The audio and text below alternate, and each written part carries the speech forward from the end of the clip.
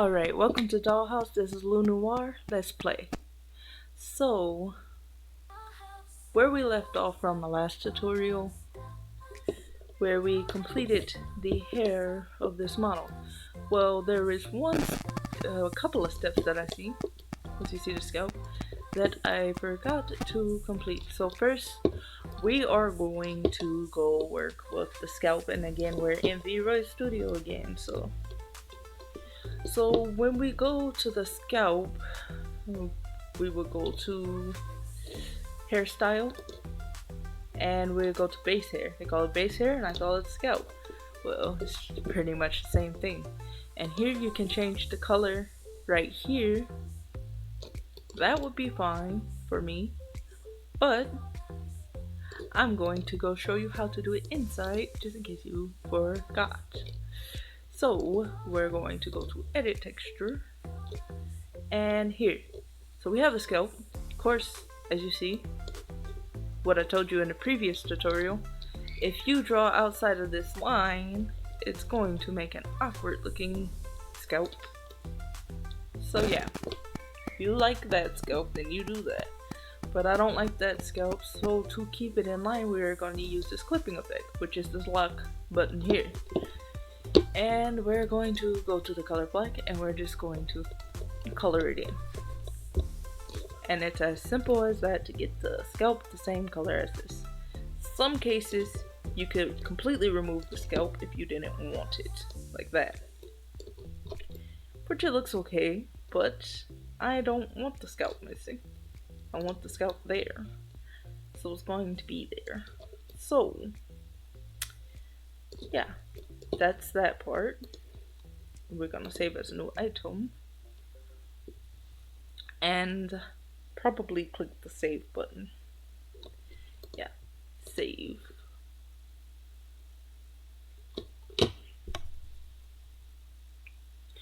And now what we're going to do, because if we go into here, this camera at the top, just click that. And we go to our model, just pull it up like this. See, the blink is kind of well, but when you go to poses and animations, which is in this section, it has all these animations you can do. So, whoa. So yeah, what happened is, okay, yeah, you see how the back hair is moving? Because I remember I took this from the female model that I already made and used it for his hair as well. So you see those moving, but you do not see the front moving, the front of the hair.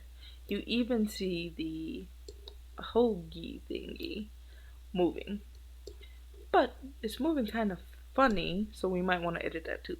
So what we want to do with the front and maybe even the hoag is edit the bones. So we're gonna go out of here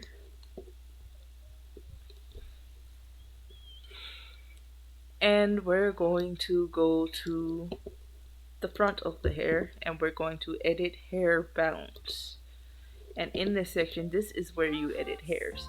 So for each type of hair you do, you may have to do the bones differently depending on the way your model's hair is.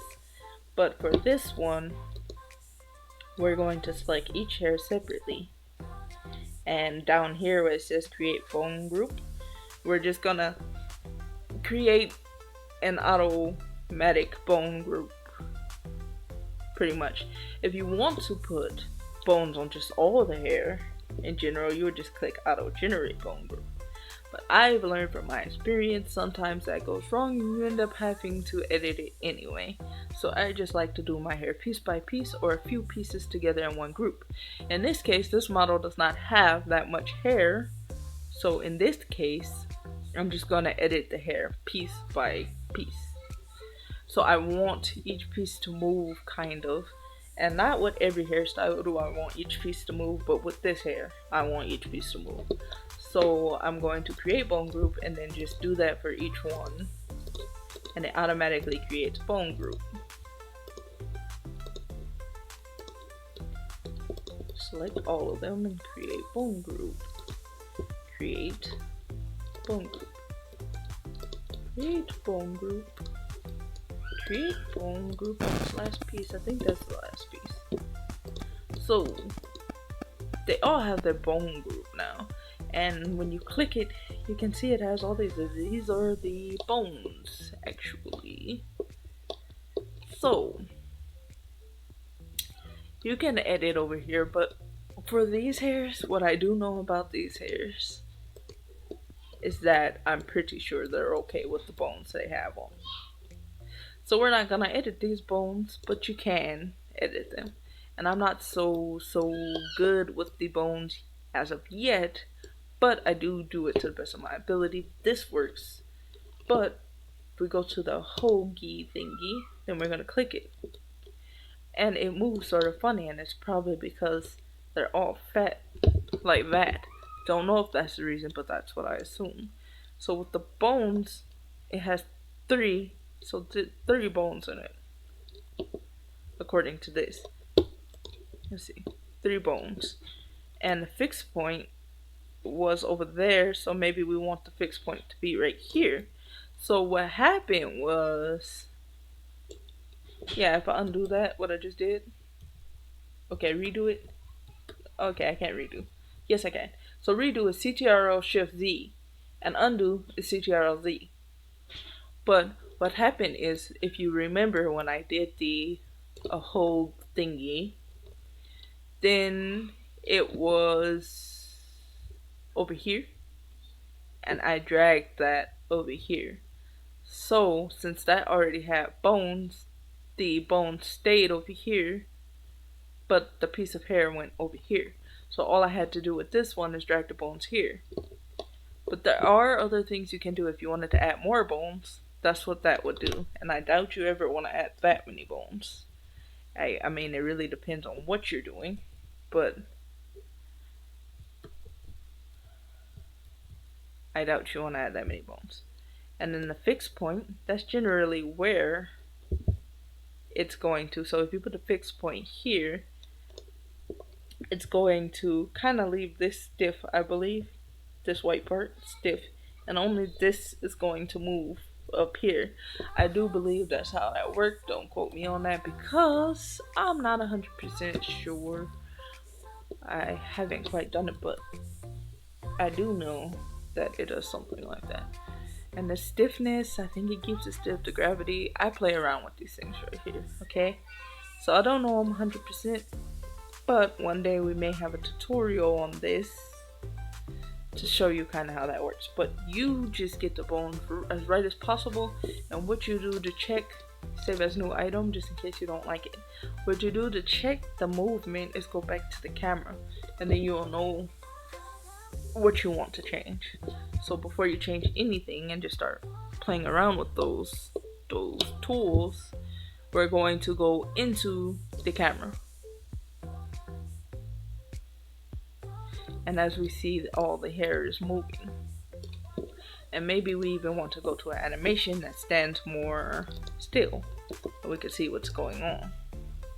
So that's basically what's going on with the hair. But as you see, the ahog is not jittery anymore. It's moving more better. So yeah, it's the hair movement is okay. But in which case you didn't like a piece of the hair, let's say if I didn't like the ahog still, which it's alright to me. It's a little bit jittery, it's alright. But let's say, since we just want to show you what it does, I don't like the ahog. Cause maybe a little bit somewhere inside of there I don't. So I'm gonna go to edit hair bounce, and we're going to go here. And it's better to edit the bones inside of Vroid Studio before you go into Blender, because figuring out how to edit bones in Blender is a little bit complicated. So I would say just edit the bones in here. They're already ready. It's much easier than just do it in here. But what I think it is these are too big. That's just my belief. And it's just moving too stiff for me. So that's the hit radius, and I bring that down smaller. And gravity, I don't know. Let's see if bringing the hit radius down changed it, because that could have very well been it, because I don't know why the balls are that fat. I mean, I don't know. So we're going to save as new item, just in case we don't like it, we can go back to the old one. And go to the camera again. And see what it's moving like. It's still a little bit jittery. So we're gonna go out. And we're going to go to edit it again.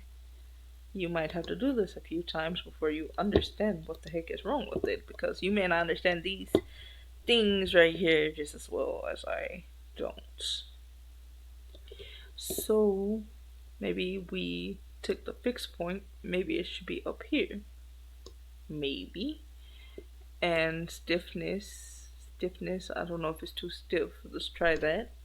Let's try pushing the gravity up and see what happens, because I'm not fully aware of what these do.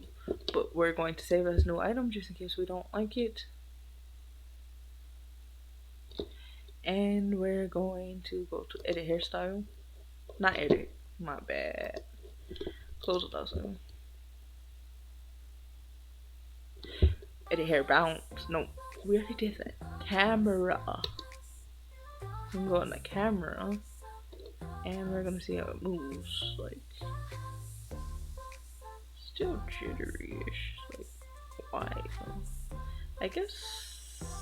But what if I wanted to hold, go back and forth like that? Could it? It's like I kind of want it to move, kind of, back and forth. But let's go to the edit hair bounce. Let's actually study a piece of hair like this and see what's going on. So if I look at this, the fixed point is pretty far away from this on each of them. The fixed point is pretty far, so maybe we need to put the fixed point further on this. So if we go here, maybe the fixed point, and maybe we need to decrease a bone and then put the fixed point more this way. Maybe we can put the gravity back to nothing, because I'm not sure if up makes it more stiff or down, but we can try that. And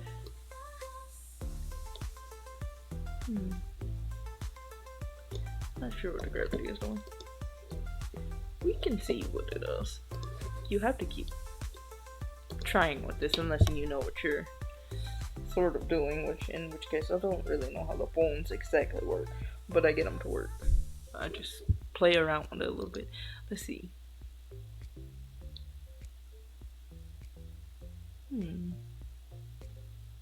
Looks like it's not really moving at all. So let's go. I know what to do. So we're gonna go to edit hair bounce one more again, and we're gonna go to here, this piece, in front, this piece. Now we're gonna look at these. Stiffness 0.4. So maybe that's the issue, and the gravity is at 0. And the hit radius is at 10.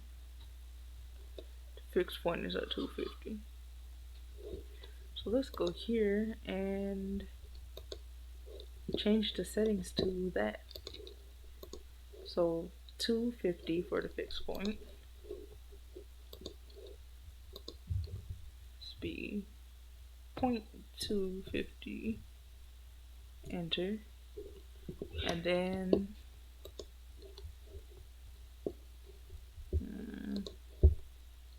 0.400 for the stiffness.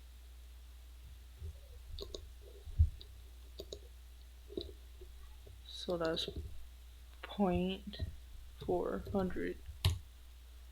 And then go here. And the gravity is at 0. The hit radius is at 10, 0, 10. So we're gonna go here, the hit radius be 0.10. Enter. And that makes that fat again. Oh, that's 100. I said 10. Oh, no, 0, 10. Yeah, that's better. Okay, so we're gonna try this and see how it looks. We may have to get the 3 bones back. Yeah. Let's see what happened now. And we're gonna go to the camera.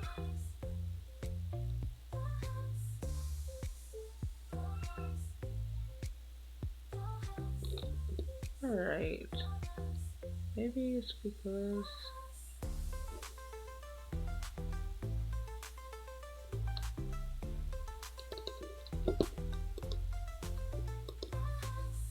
oh, that piece actually moves a lot better to me.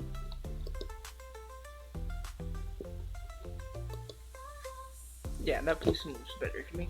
So I like that. That's basically the edit the bone thingy. You can figure it out more. So that's all fine and dandy. But okay, so we have this. We probably want to click save. And then we're going to move on to the next part of the tutorial, which consists of going into Blender. So our next step would be here, which is Blender 3.3. Let's go to 1. Okay, so we're going to go here to this button up here. Click it and go to export as VRM. Right. And then we're just going to export it and we're going to call it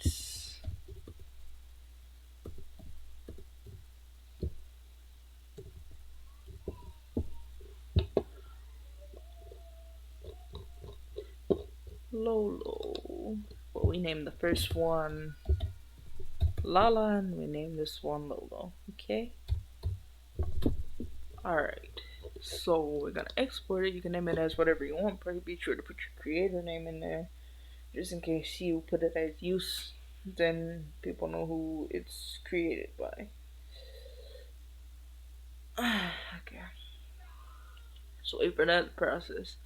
The larger the model, such as the more bones it has, the more hair pieces it has, the more accessories and all that it has. Then, you know what? I forgot something. The more accessories and stuff it has, the longer it'll take to load. But what I want to do is this. Excuse me. I want to go here to outfit. I want to take this piece off because for some reason I learned with the models, when you leave the inner bottom and inner top on, then for some reason it completely makes that mesh disappear and or stick to it. Like, you can't edit that, and sometimes you don't want that, so you just kind of want to take it away. So it causes issues. It does. So you just kind of don't want it to be there.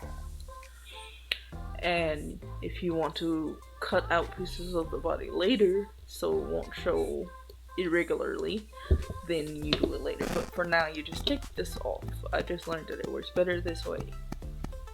And you go inside of here, you can just make this invisible. This is how you're gonna have to do it because they don't have the other button for you just to take it off. So you're going to save as a new item.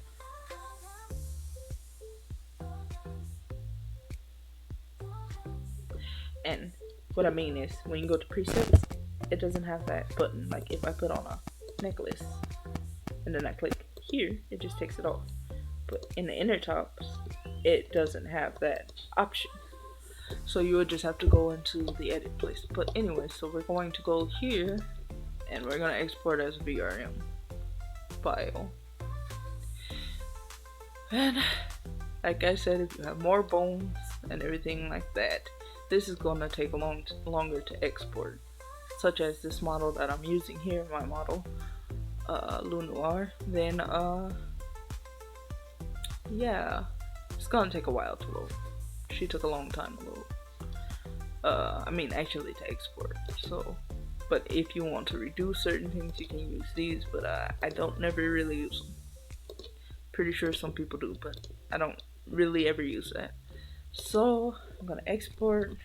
Be sure to name it and put your name here. And you can choose all these if you want to. Yeah. Yeah. Okay. Export it. It's going to take a minute, but it'll be alright. It doesn't take that long when it's like this. It takes even longer when you have more bones. But if you have a low patience level like me, then this is a long time too. Okay, but it helps you practice patience, and that's good. So, anyways, you have all these that I work with, but anyways, so just save it. Okay, and it's saved. Then you're gonna keep this program open because you're gonna need it soon. Probably. You can exit if you want to. Anyways, so Blender is the next thing. So in Blender, you're just going to open it, and with the program Blender, it's very different from Vroid Studio, so it works a little bit differently once it opens. Anyways, okay, so you're going to click General. Usually you're just gonna delete all this. So you use the A button, and that represents all in Blender. So you're gonna select all, and that selects camera, the light, and the cube, and you just delete that. You don't have to do that every single time, but I just do it for if I'm just importing a model, I don't want to see all the cube and everything, especially delete the cube. But you don't have to delete the camera and the light if you don't want to, because sometimes the camera and the light is used. So anyways, delete the cube, especially if you're not going to be modeling anything from the cube. And one is just going to give you a flat palette like this, and that's like the front view in Vroid Studio. It's just like that, so it's another front view of it. So what you're going to do is you're going to need the Miku Miku Dance add-on. No, not the Miku Miku Dance add-on. You're gonna need the VRM add-on, which allows you to import and export a VRM model.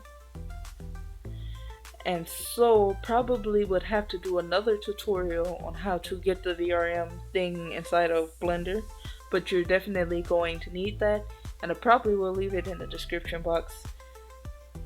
So yeah, if you want to find out by yourself, you can look at other tutorials, but I might do a tutorial on it by myself of how to get certain programs and things. But for now, I'll just leave you the link to the program you need for it. So you're going to need this VRM add-on thingy.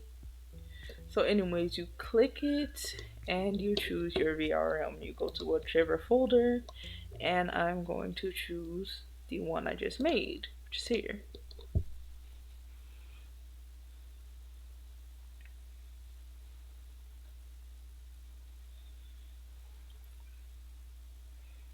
Give it a minute to load.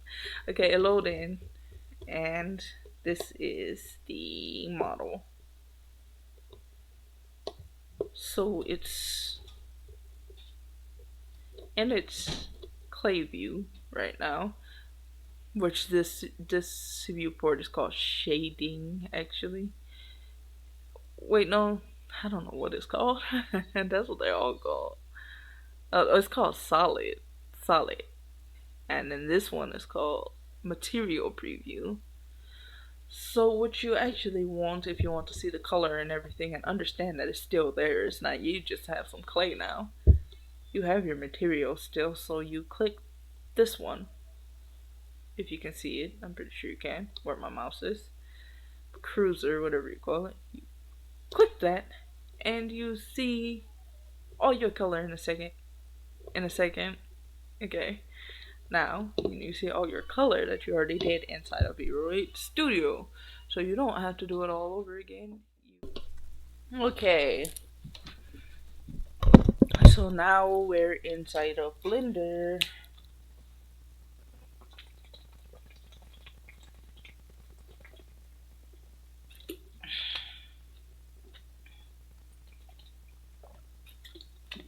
Okay. So what we were talking about. Alright. You click this button here. It's called the material preview. And that's how you get to see your colors again. So your materials don't disappear. Okay, that's where I was. So basically, if I'm going to quickly go over the what they call the hotkeys, then it's kind of similar to Vroid Studio, except for there's a lot more. So 1 has that's front view, 2 that's that angle, 3 that's a side angle, and it works the same actually. So if you do 1 and you click 9, that's gonna take you to reverse. 2 and then 9, that's reverse. 3, 9, reverse. 4, 9, reverse. 5, 9, reverse. 6, 9, reverse. 7, 9, reverse. 8, what does 8 do? Oh, I guess it goes around it. That's weird. Oh, yeah. So that's what 8 does. No, all of them do that. They just like swivel around at different angles. Okay, I didn't know that happened. But 8, 9, and 1. The main ones you're going to be using most of the time is 1. And when you click 1, 9, that you're going to be using that. And you're going to be using 3 to show the side. And then of course 3, 9. And then 7, I believe, so you can see the top, and 9. So those are the main ones you're going to be using on the numpad. And the thing about the numpad, if you have a laptop like I do, then you will be going more into, let me make sure I'm recording. Okay.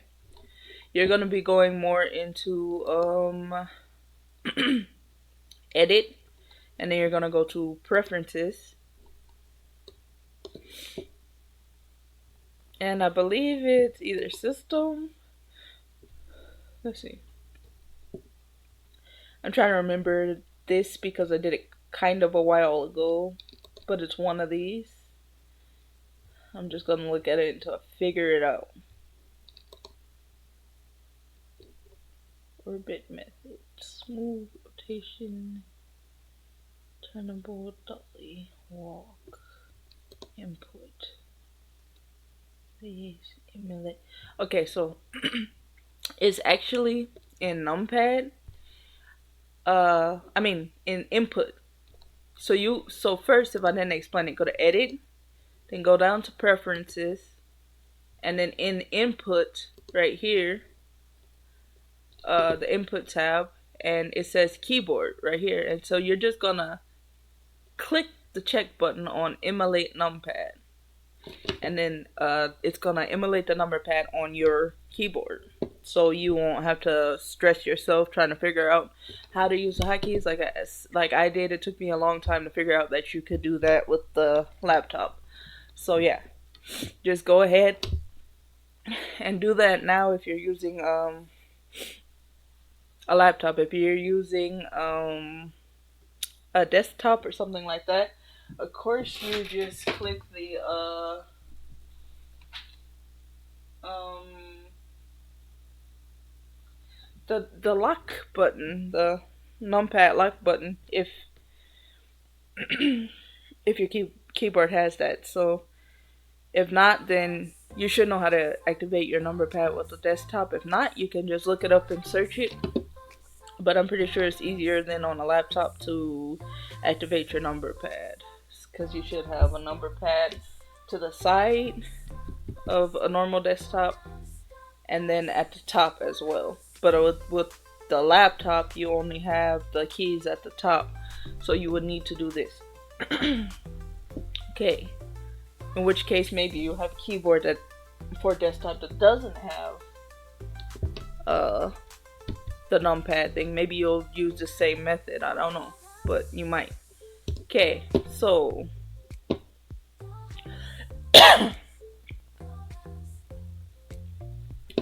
to get this process started, we are going to first look at our reference and see the fact that what we want to change first is the shape of the head. And I am going to go over the basics of terms that are used and what they mean and what I'm doing, so you can kind of start to understand. You're not going to fully get it from this tutorial alone, so I just suggest you watch other tutorials and some of my future tutorials. So right now we're in object mode. Some people click tab to get to it, but I find this, let me show you clearer. Let me undo that. Let me go back to object mode. I find this method with tab a little bit difficult for myself, so I don't really use it. But as you see, when you click tab, you have object mode, you have edit mode here, scope mode, weight paint, and all that, and you can just click it from here. Also, you can use the numbers. So if I click the numpad number 6, that's gonna take me to edit mode. But let me get back to object mode, and if I click tab again, I can also just click this and it takes me there as well. Tab again, you see that each one has a different number, and you click the number it says and it's gonna take you there. But like I said, I don't often use this method here, because it's too, everybody gotta use what worked for them, and it's too like annoying for me to do that. So once more, I'm just gonna show you. You click number 6 to get to edit mode, and it said number 4, and that's gonna take me tab 4, and that's gonna take me back to object mode. Okay, but that's not the method I use. I sometimes use this up here, this bar, and I just switch to object mode and edit mode. What do I mean sometimes? That was accident. But I actually use it all the time. I usually just do this and just go to edit mode and object mode. That's quite more simpler for me than the whole tab number thingy. But anyways, that's what I use all the time. I don't even think there is another method that I'm aware of. But anyways, the main two modes you're going to be using if you're doing what I'm doing, which namely works with the, I think it's called vertices, vertices, whatever. Vertices is what I call it, and if it's not pronounced that way, I don't really care. But those things, vertices, vertices, whatever it is. If you're working with those, then you're gonna generally just be using these two, like I'm using. Some people go to use scope mode. If you're gonna use scope mode, I suggest that you go watch tutorials on that, because I do not use scope mode, so you won't be learning any of that through any of these tutorials, except for when I'm working with shape keys. When I'm working with shape keys, then I'll use scope mode, but that's for a different time. And I remember now when I say shape keys, I was supposed to edit edit the facial expressions inside of Vroid Studio, but I didn't. But that could be saved for another tutorial as well. So anyways, with this model in specific, I kind of want to clean up the bones that I'm not going to be using. So I'm going to click the armature, which the armature is just merely the bones of the model. Is what makes the model move. So I'm going to click the armature, and then I'm just going to go into edit mode. And then I'm going to delete the particular bones that I'm not going to be using. And if I want to see the bones clearly, on this side I would just hide the other pieces like that. And then I kind of don't want these bones here because I find them pretty pointless for this particular model. So I'm just gonna use the delete button on my keyboard and just delete it, and we will click bones, and then that deletes those bones because they're pretty unnecessary. And next we're gonna show these again. You can just hide them with the eyes on the side, which I do often, or if you want to hide it with the hotkey, then you would just go into object mode, click the model and click H, and that represents hide. I don't use this frequently because I don't know the hotkey to just make it reappear. So if you want to make it reappear though, you just go into object, I believe it is. Let me see. Yeah, and then it says show hide, and then you just show the hidden objects like that. And then yeah, but I just find it more easier just to use these eyes on the side just to hide it. So yeah. So what I want to hide right now is the armature, because it's going to kind of be in a way when you're editing everything. So since the first thing we're going to be editing is the face, which we can just click right here, then we are going to hide everything else like that. And you just kind of want to focus on the face. And the next thing we want to do, which we're going to click Shift A, and what Shift A does, it allows you to add more material to what you're working with. So you can add a mesh, you can add curve, or all these other things, whichever you need at the time. But for now we're gonna add a reference image so we can scope this model according to a reference. So you're just gonna go wherever your reference is and get it out. That.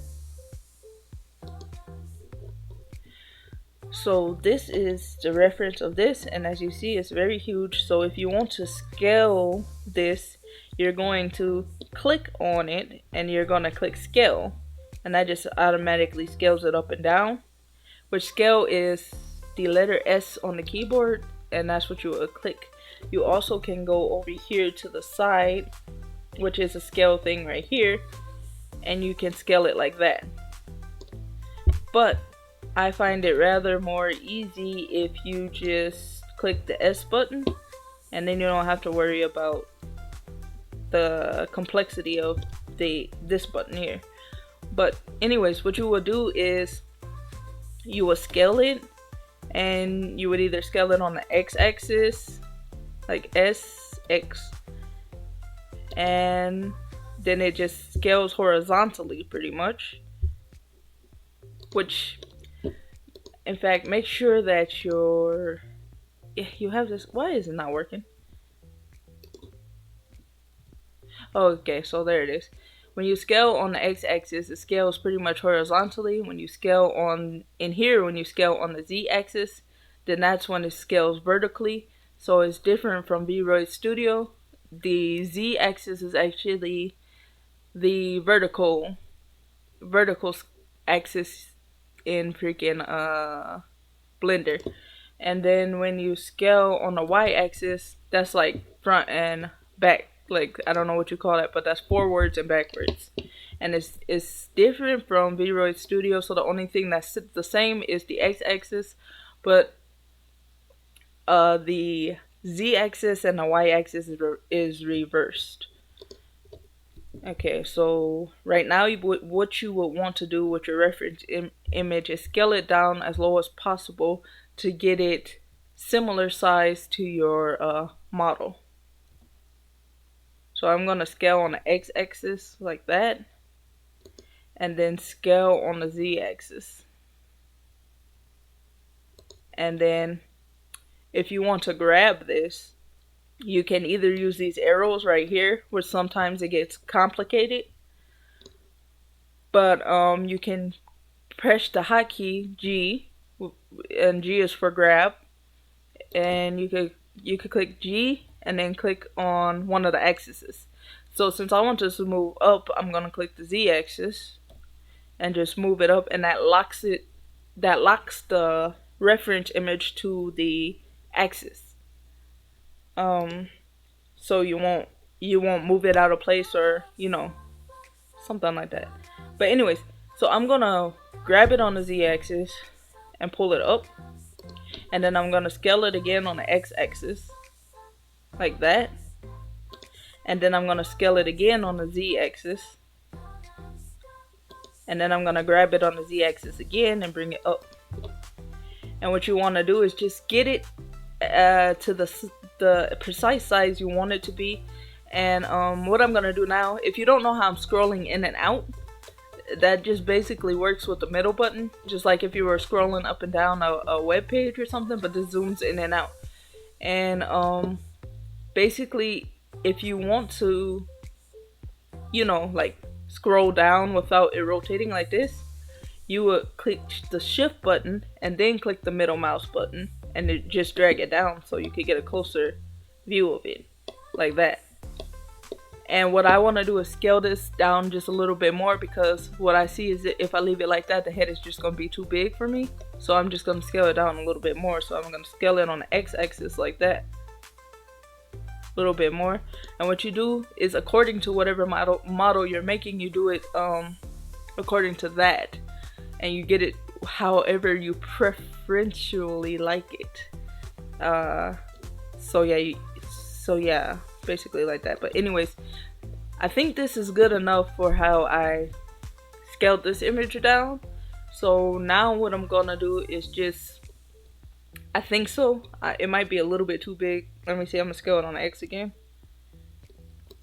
Okay, so that might be okay. So what I'm gonna do is click the face now, if you can.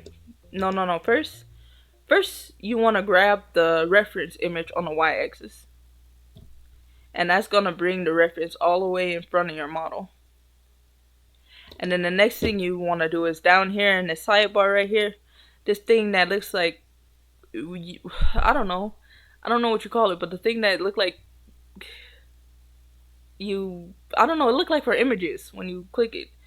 Then you click it and you go to the opacity, and you check the opacity box like that, and then you want to bring down the opacity. And how you do that is just hold on to this with the right mouse key and just drag it down like that, and then that makes it more transparent so you can see through it when you're sculpting your model and sculpting it according to the image, so it'll be easier for you to get the shape.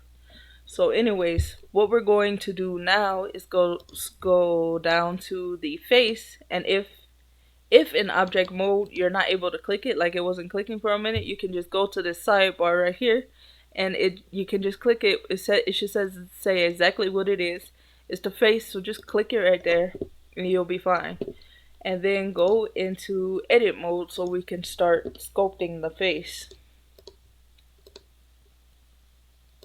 Okay, so in edit mode, one thing I want to tell you about using the Vroid models inside of Blender is frequently you'll see videos that say, okay, to mirror the object so you can work with both sides at one time. But awkwardly, the Vroid models don't work like that. If you do that, it will get broken and it won't be easy to convert it back into a VRM format. It won't work in other programs. So what I did to remedy that is simply just molding the whole thing and try to get it to shape and just fix whatever, messes up or warps too much. So it may seem tedious because you're not working with both sides, but it's actually not that hard. So I'm just gonna try to show you how it's done and try to explain this the best way I can. So this right here, this circle in the top panel is the last one. It looks like maybe a target sign or something. I don't know, something like that. But it's called proportional editing. And what you're gonna do is you're gonna click that button right there. And you're gonna make sure you have that click because you're gonna need it to make sure all the vertices go like even. Like they spread evenly when you're molding the model, and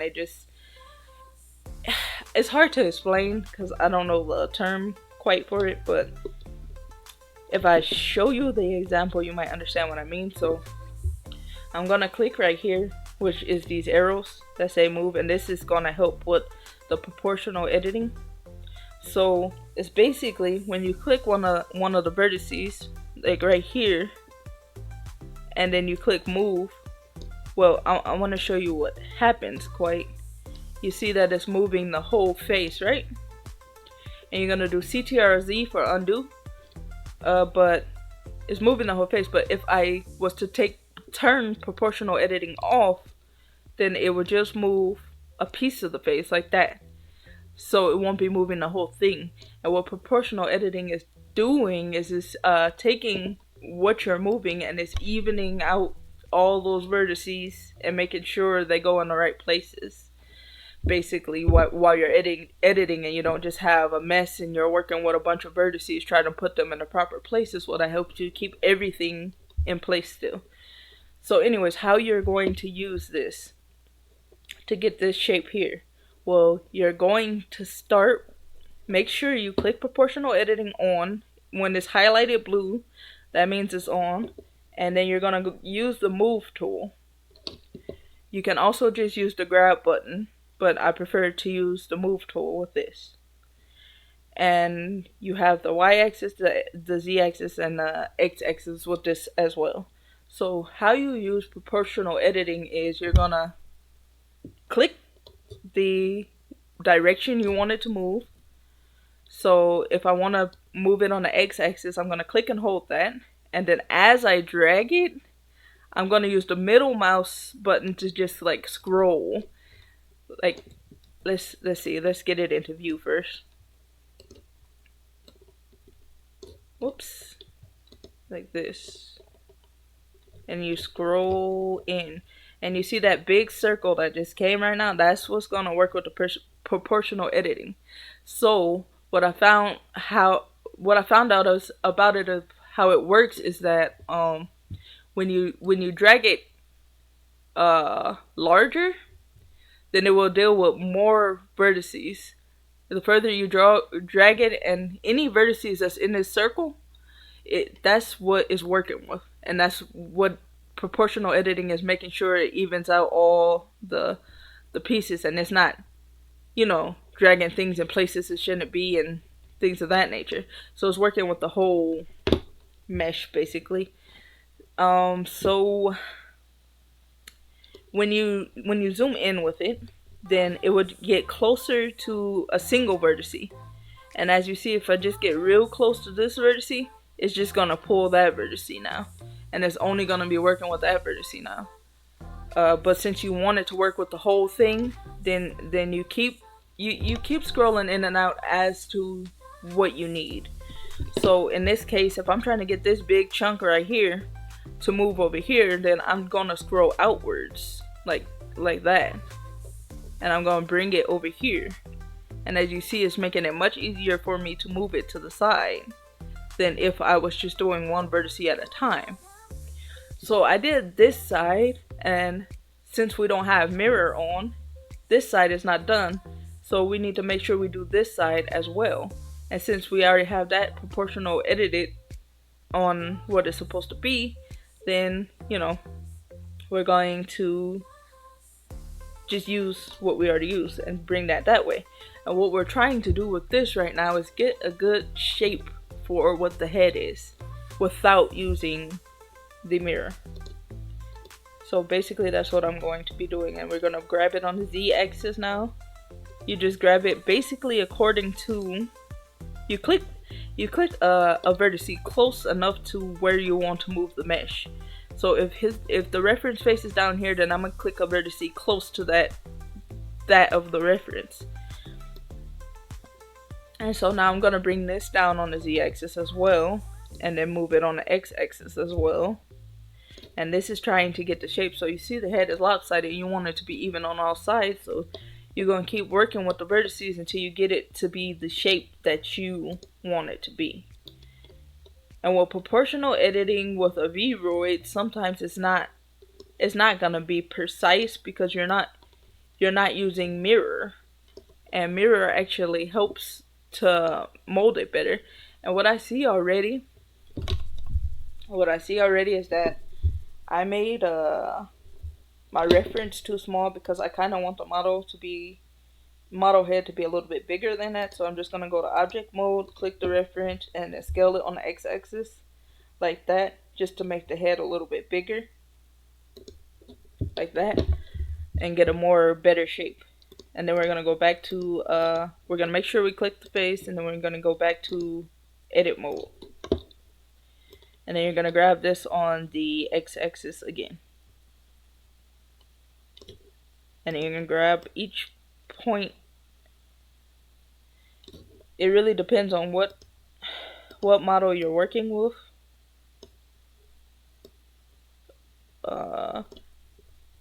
It depends what model you're working with on how you would actually do this. So yeah, you gotta pay attention to your reference and not try to do it exactly as I am, because it really depends on your model.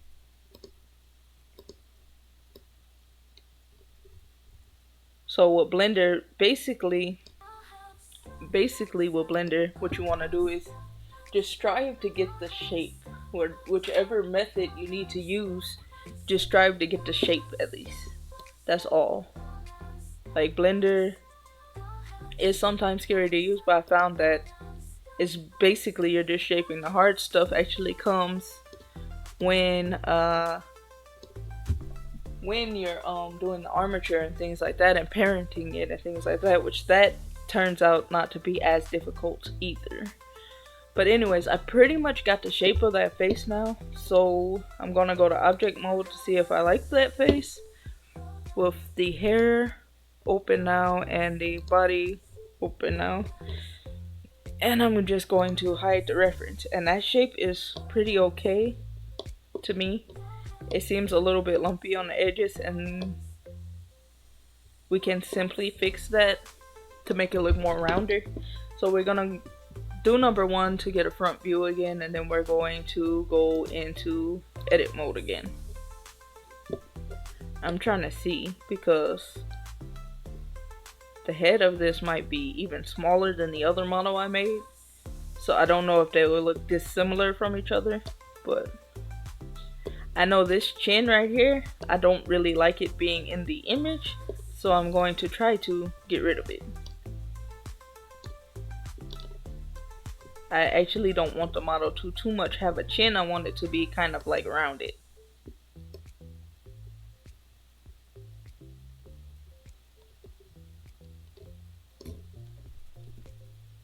Ooh, that's pretty bad.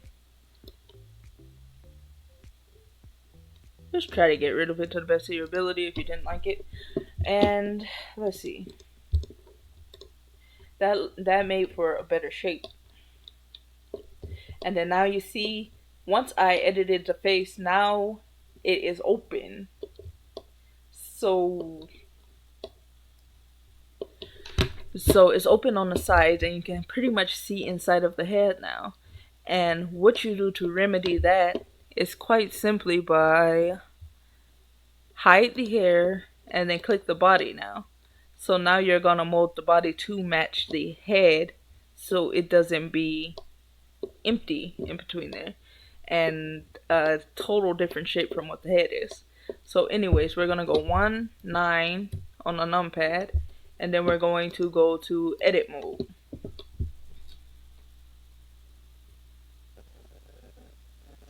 And in edit mode, we're editing the body now. Any piece that you want to edit, you gotta make sure you're inside of that tab in order to edit that.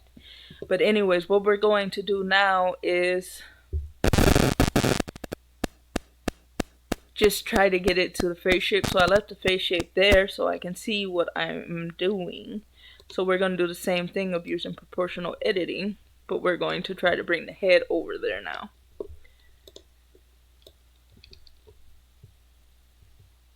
Oops. And you don't want to get the other dots that the other vertices that you're not trying to get, because then you're gonna make the whole body like mutate or something like that. And you don't want a deformed sort of mesh. You kind of want it to look right. So you want to be careful of not getting the body's vertices into the head. So this is the back of the head, which is connected to the body. But as you see, I made that shape now, and you can just take this side here and do the same thing.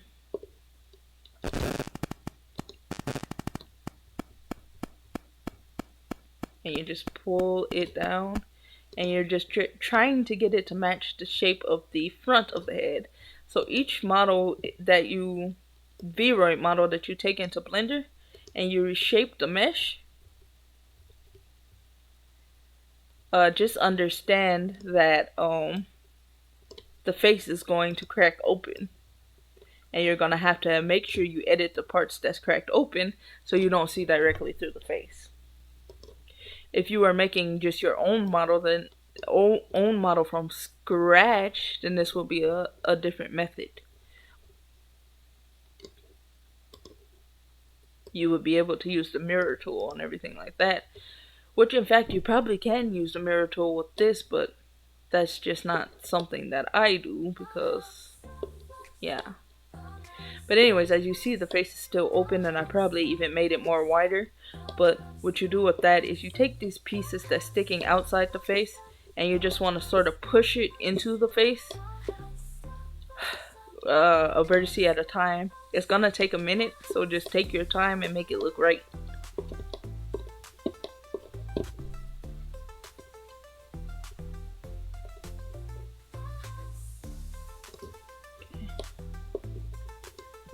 And this is gonna be pulled more on the Z-axis until I don't see it anymore.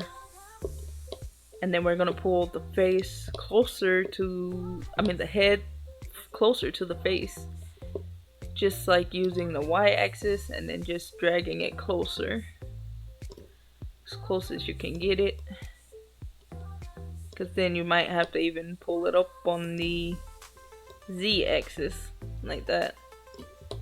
You gotta be careful of the other vertices, most definitely, or you're gonna ruin your whole project, and you don't want to do that. And matter of fact, while I'm at it, you want to continuously save in Blender, because if you don't, you're gonna lose all your progress. So I'm just gonna save this.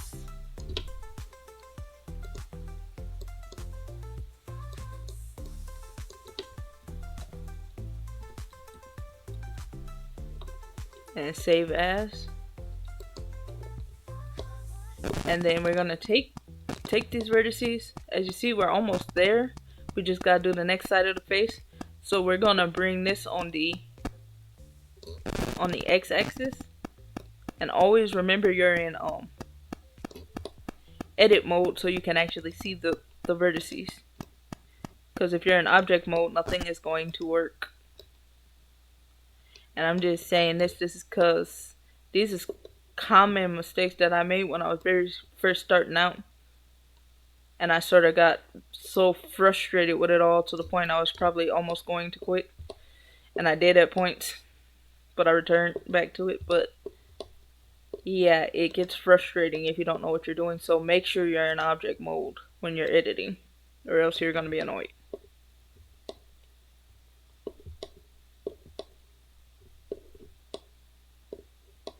trying to figure out what's wrong when in fact there is nothing wrong. You're just in object mode. So anyways, we got that side of the face complete, and as you see, that looks pretty nice. And if you remember in Vroid Studio, this mesh on the ear looked it kind of warped and weird, but as you see, you don't have to worry about that because it's not actually gonna look weird in other programs. It just looks weird in Vroid Studio. And then you're gonna take this part here and you're gonna do the same thing that you did to the other side. And just pretty much push the head into the face. And don't worry, it's not going to mess up anything. You're just doing this because that's all it is anyway. It's split in half anyway, so you don't gotta worry about it much. Let's see. And then lastly, just push this in here and push it forward as well. Pull on the x-axis, then pull on the y-axis. Pull these on the y-axis, and then pull this on the x-axis, on the y-axis actually. Push it forward, and then on the x-axis. Now as you see, that went in pretty well, but the ear still looks not right, so we're gonna make sure those vertices are inside as well, or you know, just even something. I know I'm noticing that these vertices are working a bit different than oh no, you just gotta pull it on the x-axis, because what's happening is the scalp is going over the head, and yeah, you just gotta pull it on the x-axis. And then if you want the scalp to be closer to the neck again, you're just going to edit the scalp really quickly and you just pull it on the y-axis. And with this one, as you see, it's affecting the neck, so you're just gonna have to zoom closer to just get the specific vertices that you're trying to get, and just pull it closer, and then click this one and pull it closer without getting the neck.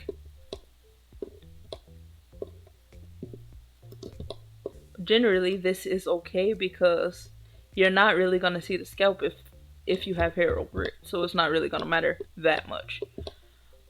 But yeah, that's generally the new shape of the head we have, and as you see, it's very different from the first shape that we had. It's very, very, very different. And his head looks smushed right there, so we might want to go into edit mode and then edit that again, because it looks smushed as comparison to that side, and that's very weird and off. So if we can, we're just going to try to even that, like that. There we go. Make sure nothing is cracked open again.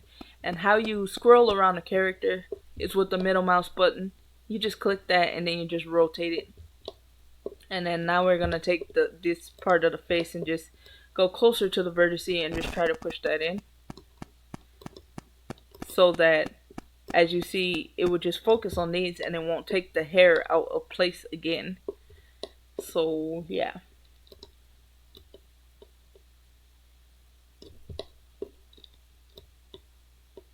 Like that.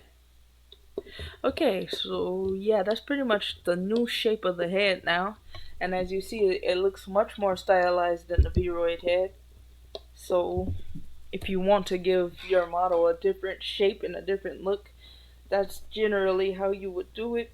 But we aren't done, as we need to reshape the body to match what our reference is, and that is very, very different from our reference. And also we need to reshape the hair, because I think now it doesn't fit quite correct. Well, actually, his hair went a bit more better, because when I did the female model's hair, her hair was her head was sticking out of her hair, but the male model, his hair is not doing the same, so we don't have to worry about that. in this retrospect, but in fact that the hair was sticking through the hair, I'm just gonna show you what you can do to remedy that. And what you would just click the hair like that, and then you're just gonna scale it to make it match whichever size you want it to be. So in my case, I think I want the hair to just be a little bit bigger, but I'm gonna scale it on the x-axis. I just want to make it bigger long-wise or horizontal ways. So I'm just gonna scale it like that because I just want it to be a little bit bigger that way. And to further show you the example, you're going to need to edit the armature. So as you see, his is still kind of on point, but what you want to do if the armature ends up completely off point, you will want to click the armature, hide the body, hide the hair, hide the face, and hide the hair, and then you just want to click the hair armature. So how you know when you're on the hair armature, you're gonna click the armature and go to edit mode. So as you click each bone inside of the armature, it's showing you what you're on. So you see hair 1, hair 3, hair 4, hair 2. It's gonna tell you what it is. So as long as it says hair, you're on the hair. Just make sure you don't get the arms or anything else like that. Just get all the hair. And to select multiple bones at the same time, you're gonna shift, and then you're gonna make a box. You're gonna just right click and just stretch and grab it. You don't have to literally grab it with the grab button. Just put the selection box around it. And you're going to do the same thing. Make sure you click shift, and this is how you select multiple bones, like that.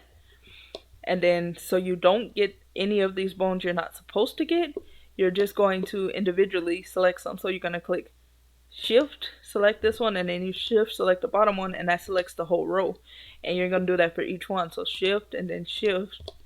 Well, that one did that, but yeah, that has 2. But when you have more left, then you're just gonna basically, like this has 3, you shift select that one, you shift select this one, and it selects them all, and it makes less work for you. You don't have to click each one singularly and individually. Just make sure you have the shift button clicked at the same time you click something else, because if you don't, this is going to happen, and you don't want that to happen. So you click Ctrl-Z and just undo that, and then make sure you hold down the shift button.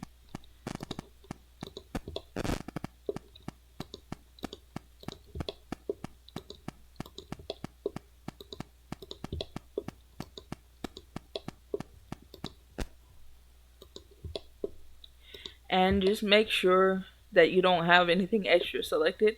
So as you see, I have the eye bones selected too, and that's a mistake, because you don't want those selected when you're scaling it, because there's nothing wrong with the eye mesh or the head mesh. So this is the head bone, and that's the eye bones. So what you're going to do is shift select again and just click it again, and that deselects it. So make sure you only have the hair selected and nothing else. Okay, once you have that selected, you want to go to 1 to get the front view again. Well, and yeah. And then you're going to go bring the hair back in existence, and you're gonna go 1, and what you're gonna do is just scale this to match the hair mesh the best as possible, because it's already in place of the hair mesh. You just gotta get it back to matching the exact shape. You gotta get it to match the exact shape that you just made. So I just only scaled this hair on the x-axis, so that's what all I have to do with the armature is just scale it on the x-axis and just try to get it to match perfectly again, and that should work just fine. And the bone should be matching with the hair and everything, but we are going to do a test run just in case it is not working. But anyways, we're gonna go back to object mode and finish off the model. So you want to show the body and face again, and what we are going to be working on is the body now. So click save so you don't lose your work. Alright, and now what you want to do is you want to hide the armature, and then you want to hide the face and the hair as well, because we're going to start working with the body now. And now you want to go to bring in, or even you can use this reference that you already have and just scale it to the point you want the body to be. So I'm going to select it and scale it on the z-axis like that, and then grab it and just pull it down like that, and you just want to match it up with the body, sort of. You want to match it to the feet especially, so this is going to be a bit taller. So you're going to scale on the z-axis. You don't really want to move your model from that position, at least I don't, and I don't do that. So you grab it on the z-axis and you bring it back up, and you just make sure the feet matches and that eventually the neck reaches this neck.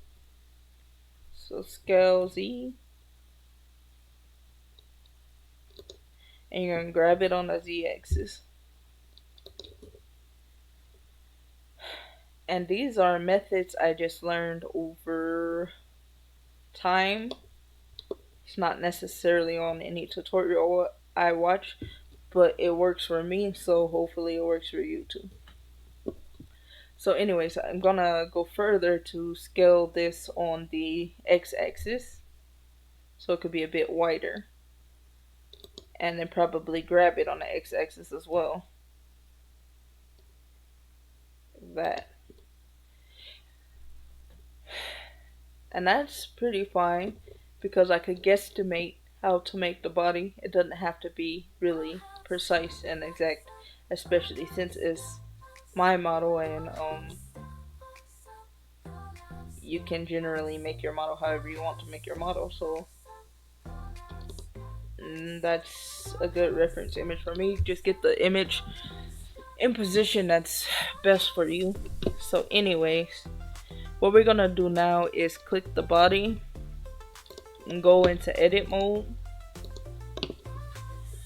So once in edit mode, what you do now is we're gonna edit it exactly like we edited the face, because when you mirror the body, the same thing that happens with the face happens with the body, except for with the face, I think it's with the body too. Actually, you cannot even apply the mirror to the body or the face because it has shape keys, and for some reason the mirror don't work when the mesh has shape keys. But yeah, you don't want to put the mirror on there. It will work to the extent that it will, you can mirror both sides, but it's gonna break the whole model some sort of way, for if you're using it for like through Vroid to PMX Max, or you just want a VRM that works. I found that a lot of my VRMs broke when I mirrored the model, so I just don't do it with the Vroid model. But if you had a different model and you were doing the armature all by yourself and all that stuff, then it would probably work. Like, I have mirrored models that I made from scratch, and then I put the VRM armature onto it and it worked fine. But for some reason, the Vroid model, if you try to mirror it, I don't know the exact reason, but when I try to mirror it, it breaks it and it doesn't work in certain programs. But anyways, now we're gonna try to get the body to match this shape. So we're in edit mode, and we're gonna still use proportional editing. So you want to keep proportional editing on.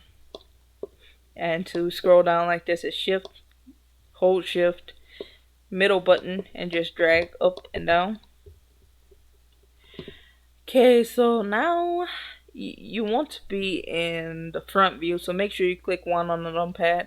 Makes it easier to see what you're doing. And you can even use the wire if you want to, but I can't quite see with that, so I just use this one. But yeah, okay, so you're gonna do the same thing, except I want to bring this out, but maybe I should do it once I get the body in position. So anyways, I want it like that, but especially these sides, they need to be rectangle just like this, or else it's gonna have an awkward shape to the model. So you scroll in and out according to what you need, and you just sort of shape it with the vertices. You can use sculpt too, but I don't usually use it. So down, and definitely I don't want this thing going on with the side, so I'm just gonna make sure I bring that into. So I want it to be more rectangle, just like the reference. So it's gonna take some time to do it, but you can do it. Okay, so it's going in, and then this is going in. And since you're not using mirror, you gotta do each side. Just remember that you have to do each side. But make sure you get this side similar first and then go to the next side. Make sure not to get other vertices because then you're gonna mess up stuff.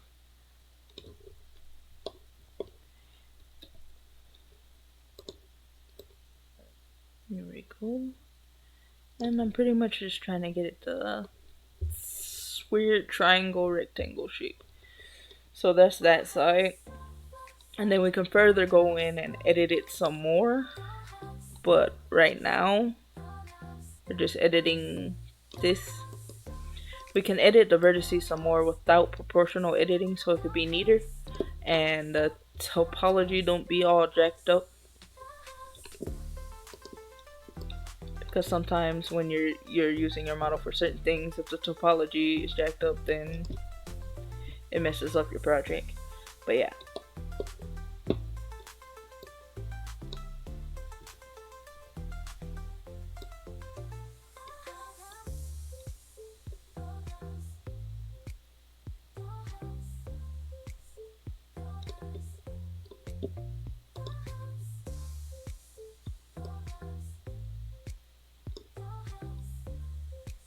So as you see, it is coming into view. It takes a minute, but it's getting there. You just gotta be careful with it not to mess up everything.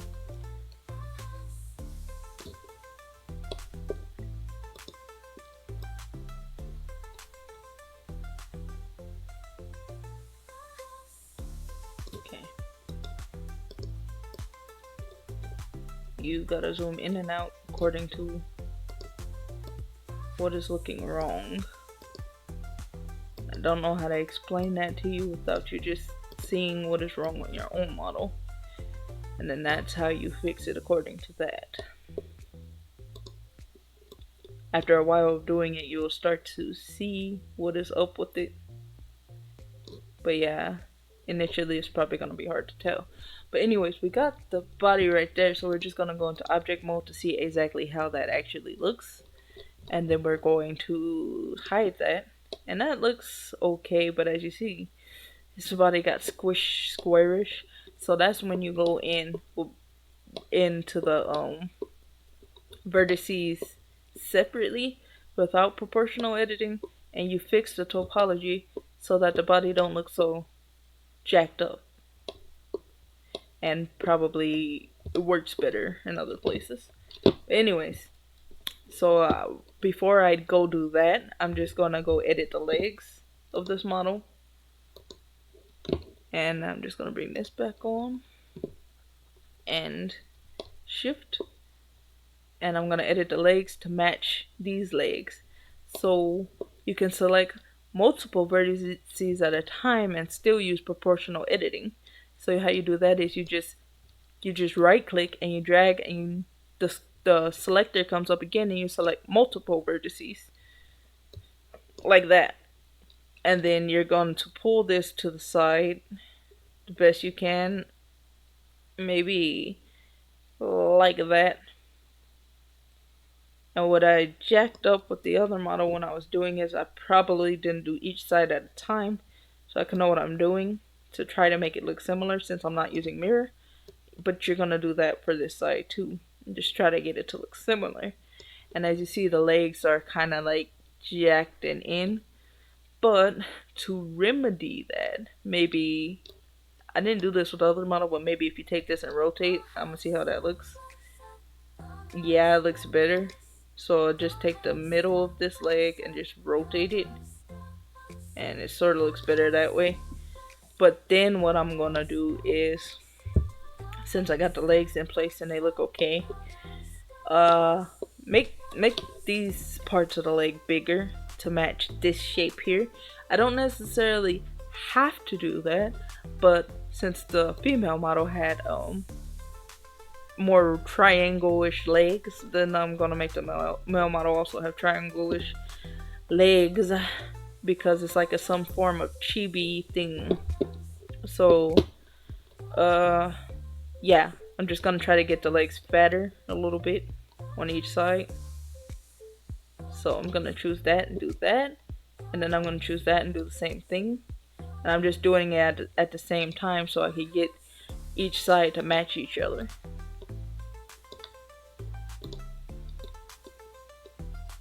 So yeah, and then I'm gonna click the next side and do that. Just bring it out to that shape. It doesn't have to be perfect because we are going to get jeans and then put it over, but for now it just has to look okay. In fact, that we probably don't have to do this at all really with this model, but we are going to do it to show you you can reshape the whole body if you wanted to. It takes a little ingenuity, unless you just know how to make a Vroid model work with the mirror thing, then you can use mirror, but I don't know how to make it work right now, so just using this method because it works. It's like that and like that, and you take this one and move it over like that, and this one move it over like that and like that, and there you go. The legs is sort of fatter. You don't have to so much worry about the feet. And matter of fact, I think the inside here, I think his legs right here should be skinnier, so maybe it was my bad for doing that. But let's see. Just bring this in and make it skinnier. Doesn't have to be perfect unless you're, you know, expecting your model to be just mesh, like no clothing. But in which case I never do such, then that's not a worry of mine. So let's see. Yeah. So that's pretty good, I think, at least from that view. We're gonna go to object mode, and then we're gonna move the reference, and that is fine. It's okay. But if we want to make the mesh look a little bit more neater and not like his legs, it's just, I don't know, some sort of weird flubby mesh stuff that look like ruined clay, then we're just gonna edit it one vertex at a time. So we're gonna go to edit mode, and then we're going to take off proportional editing, go to 1, and what I learned by watching other tutorials, it was never said, but as far as I know, but I see that they always mess with the vertices, trying to get it neat. And what you basically want to do is line each vertex up with the other vertex. So you want to take this, and you see how it's completely way over here. You just want to pull that in order like that, and that sort of straightens up the topology of the model. And you just want to bring it to the side. You just want to make sure each vertex is even, and it may take some time, and it may be a little bit tedious. So it's not hard, but might be tedious. just to go to every dot and try to fix it. And for the most part, for me, it makes the model look better, the topology look better. So this is like a really funny shape for a model, but it's okay. And I think he is actually probably way taller than a female model, but that also probably is okay, but it wasn't intended.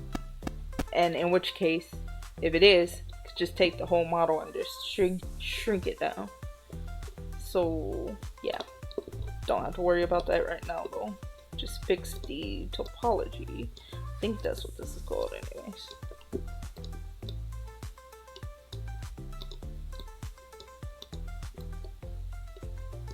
So yeah, basically getting all the dots in order. Just make sure they're neat with the other line of dots. Vertices, whatever. And since you don't have it mirrored, you're gonna have to go through it with each and every vertice of both legs, just to try to get it more of a natural shape and not so lumpy and weird and strange. And to know which direction to pull it, you just kind of gotta look at it and just see, like that might go in like that. As you see, some of them link to other weird paths, and it's not directly connected to this one, but you just get it as even as possible. And you're gonna be doing this for a while with the dots, so yeah.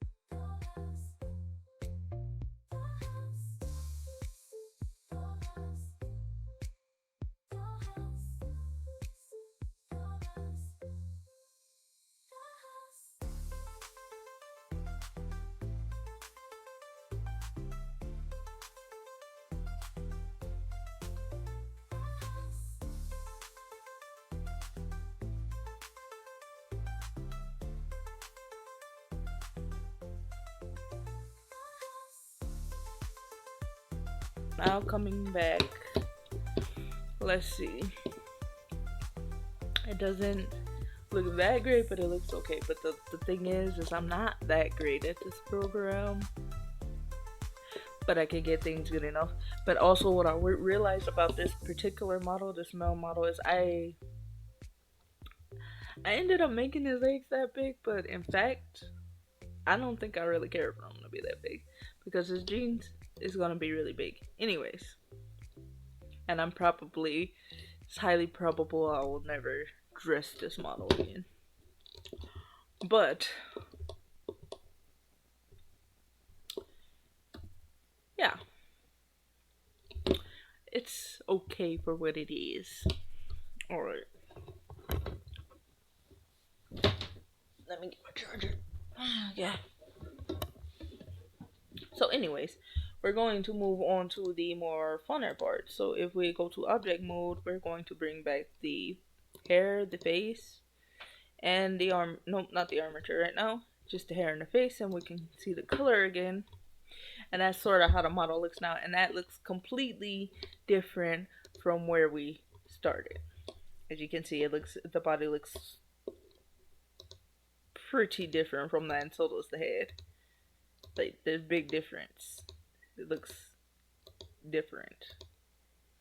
So anyways, that's basically what you want to do, is get the model to look like a different, unique shape, and look where people can't say, okay, that's just Vroid, or is that a Vroid, or whatever they might say.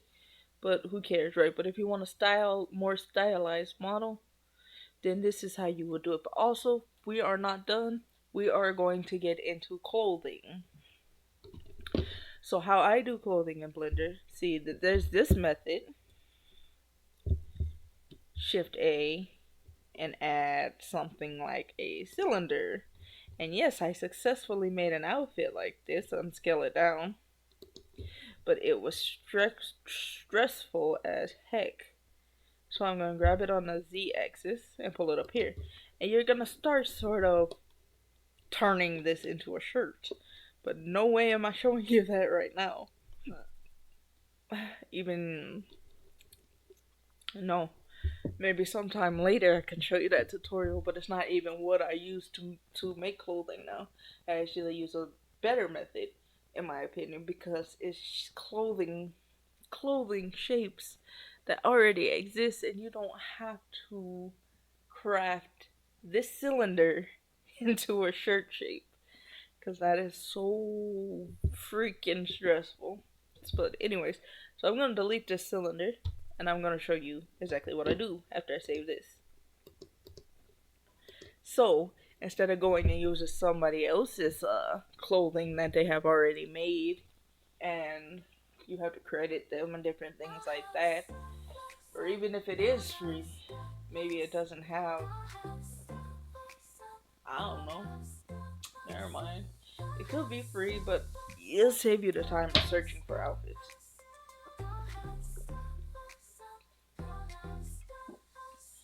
When in fact you can use some already made in Vroid Studio, and then the ones you use in Vroid Studio you can use as yours and also use them for commercial purposes, whereas most people have rules on, ooh, I thought I seen a bug. Where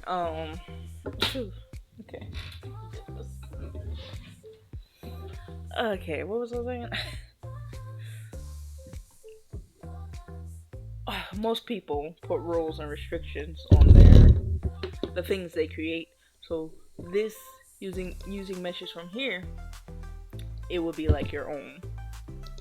So that's exactly what we're going to do.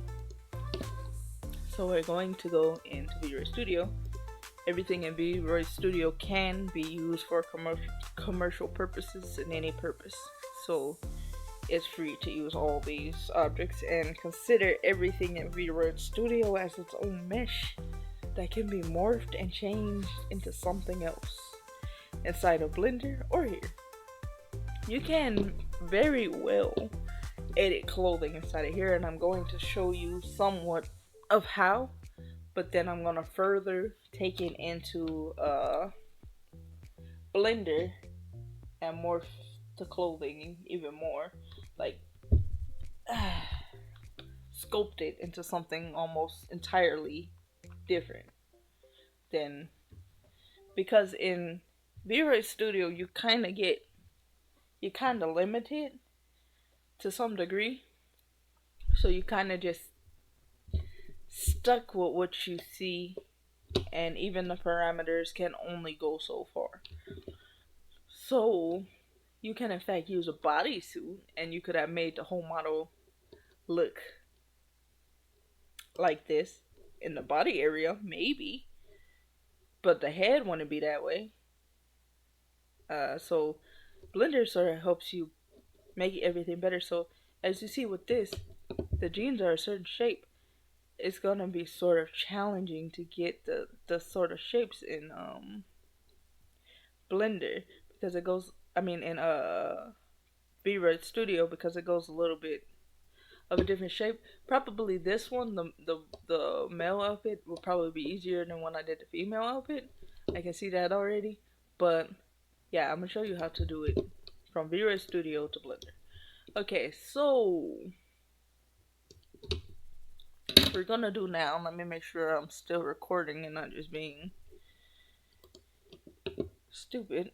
Okay, so hour and 15 minutes. Hey. Wow. Okay. So okay. Now we're gonna find the best outfits to match this, which this is going to be pretty simple. Not that much to this. But anyways, we're going to take some pants and let's decide which ones.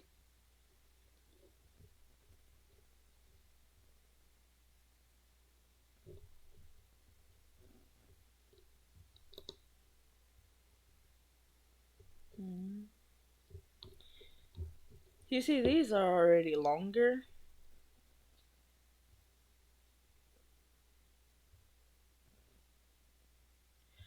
So I could use these. But I think maybe I'm going to use these here. But first of all, I want to go back to model selection. And don't save that.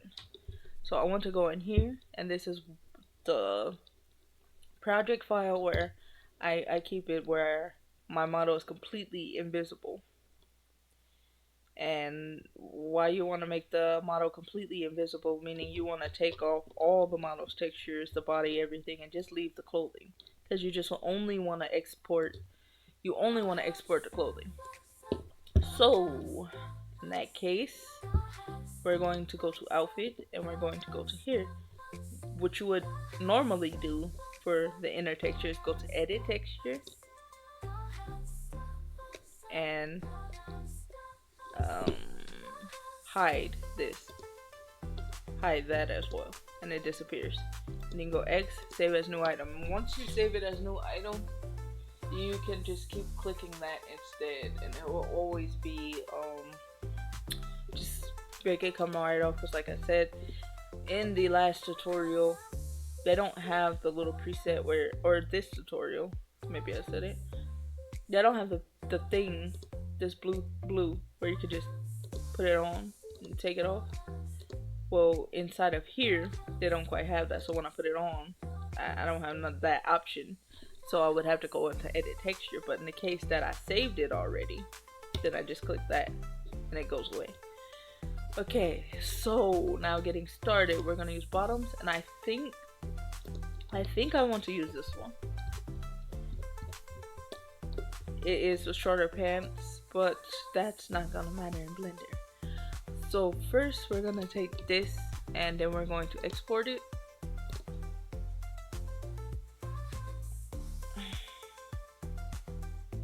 No. First things first. So you can export it and then you can edit the textures inside of Blender, but I'm not gonna show that for this tutorial. I'm gonna show you how to edit the textures inside of Vroid Studio. So I'm gonna click off of this whenever it gets a brain. Okay. And then once I do that, go to 1, and then I'm going to go to edit texture right here, and I have the pants right here. So I can basically edit the pants in here, just color on it and stuff. But to make life easier, I'm just going to right click this, and then I'm going to go to export, and this is going to export this image here. So I'm just going to click export, and I'm going to save it in here, and I would just say male pants, and save it. And then what I'm going to do is going to meaty bang, not meaty bang, I probably preferably use Ibis Paint, even though I only have an hour on this because it's not paid for. Once you pay for it, you get the whole thing free, but I have to just use the free trial for an hour. So I'm gonna click this, and then I'm going to click the add button. I'm going to go to import picture. Why am I explaining this? But yeah, you're going to edit it inside of your art program, and I'm gonna go in here, free trial, no, and this is basically what I have here. And you can see if you zoom up, you would do even better if you got the guide for this. So if I wanted to, I could get the guide. I'm just gonna show you an example of that. Sometimes I use the guide, sometimes I don't. So you right click this again, but this time you're gonna do export guide and just save it as a guide if you want to. And if it already exists, put, I don't know, something like pants guide. Okay, and then you're just gonna save that as that, and then in Abyss Paint you can just open the guide. And not that this is gonna work for me here. Hold on, let me open that again. Not that this is going to work for me here with these, but sometimes I use the guide because it keeps me on track. Like with the face, I can see where the eyes and everything is. But anyway, sometimes you're gonna use that, sometimes you're not. So this case, I'm not going to use that. But what I am going to do is get these to look like these to the best of my ability. And what I see is either it's black with white dots or white with black dots. But I think initially I seen it as, I don't know. I really don't know, but maybe I should do black and white dots. Yeah, something like that. Okay, so anyways, I'm just going to hurry up and do this real fast. I don't have to explain this because this is not what you're learning. You're not learning Abyss Paint. So anyways, I'm gonna go try to get this as similar as possible. So yeah, maybe I should, yeah, I need a reference. And let's see, there you go. Okay, cancel. It's better to get the reference because you can just get the colors directly from the reference. So here we go. So I want to select this color there. It's like some sort of brownish black, actually. Don't know what you call that color.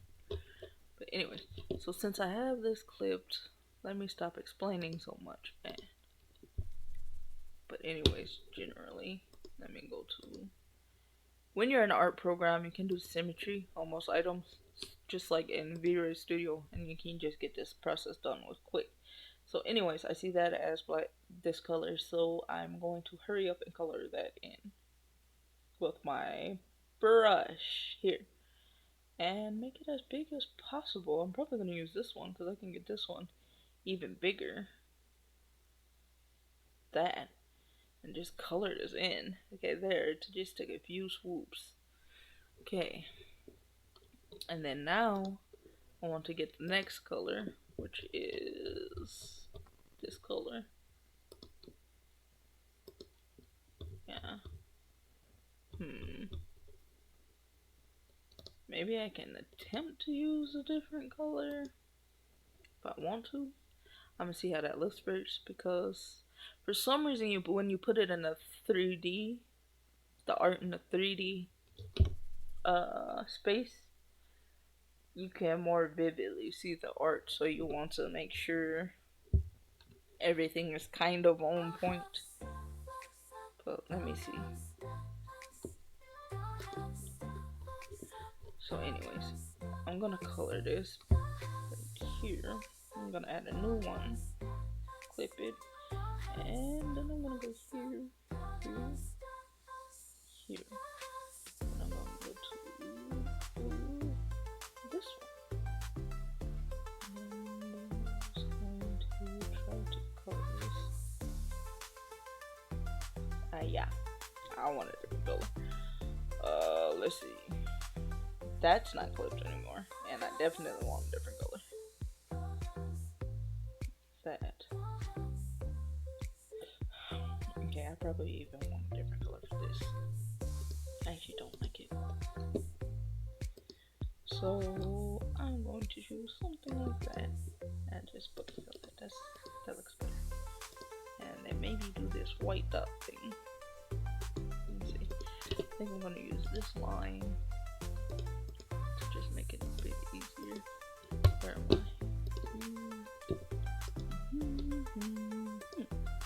Okay.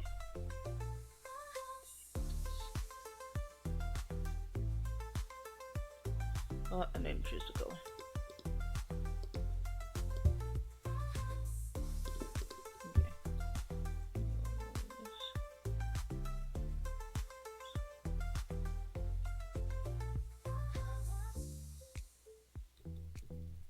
Maybe I can just try to color it in, speckle it without the line. Ooh. Okay. Let's just speckle it all the way up.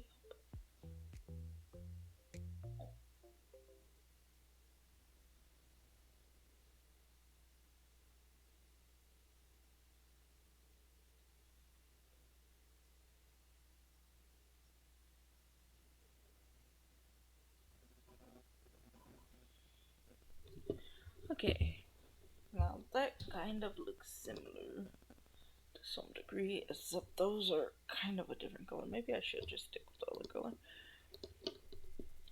Let's see, maybe there's a color on here that I like. Maybe if I go here, maybe that color.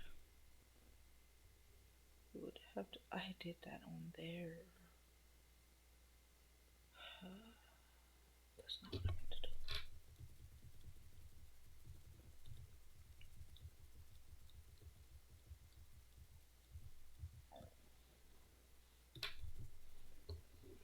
Do it here. Once more. After I just bucket fill this. Nice. I'm gonna go back and do that. Okay. And then go here. And choose this color here. Then use my brush. Make sure I'm on this one.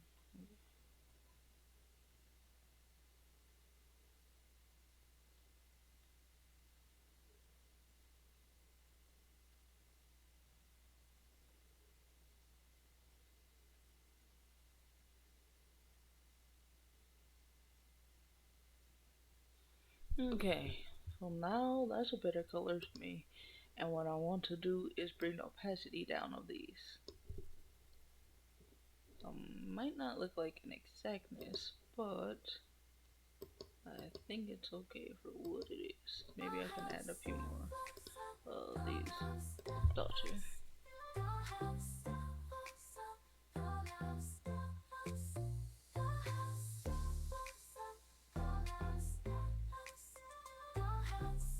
Okay. And that's just trying to get whatever strange art style this is.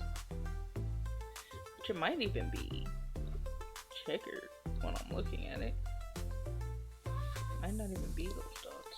So maybe if I get a checkered pattern, put that on there instead, maybe it'll look better.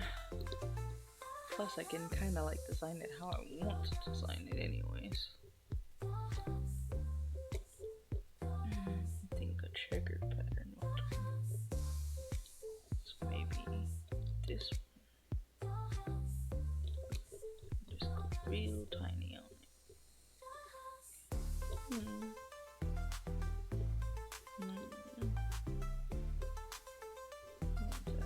Maybe transparent this. Yeah, that might look more vivid. Sort of. Maybe if I take this and rotate.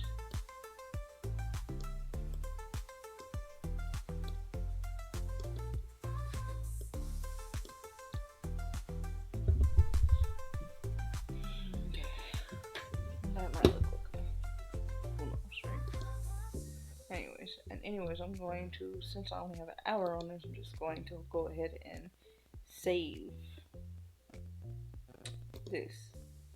Always save it as transparent image.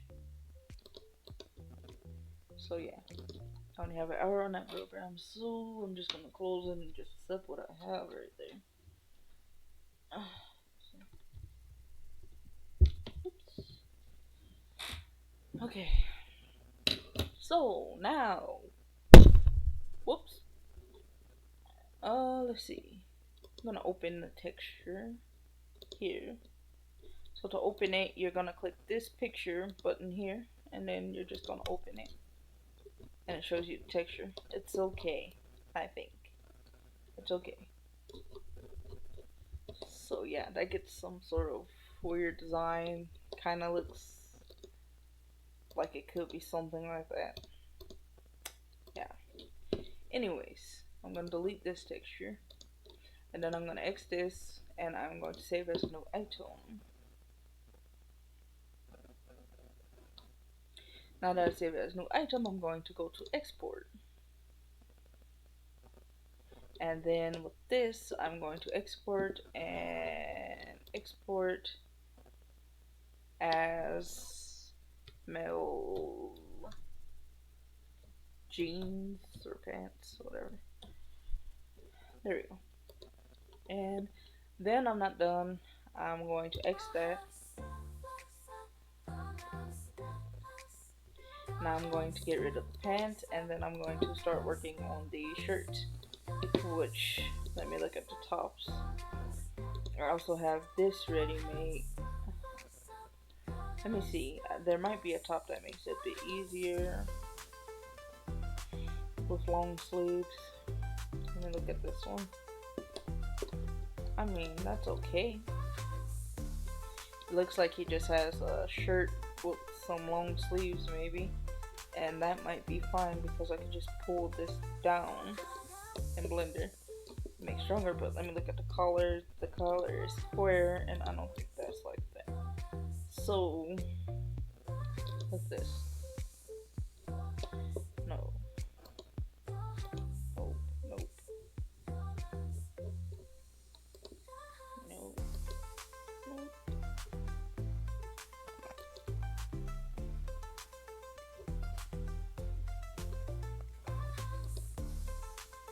I can use this because then it has the sleeves right there.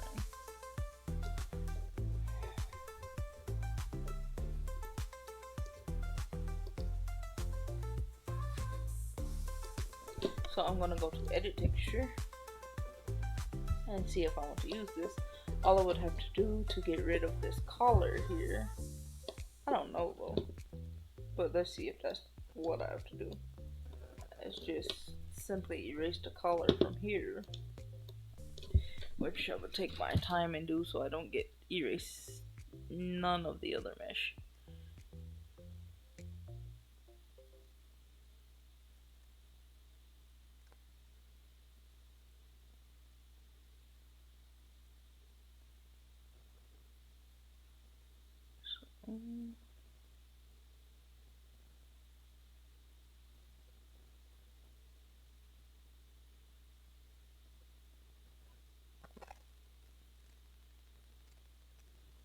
Okay, so that pretty much took that away, but let me see what the heck. Oh, so that's shading. Oh, and that looks pointed. I don't want to go through the stress of having to reshape that. So I think I'm just going to erase it right now. Because the mesh you erase on here will pretty much be gone inside of Blender. So I'm just gonna make that look sort of like a circle shape, collar shape more of, like that. Maybe even zoom closer, try to make it neater.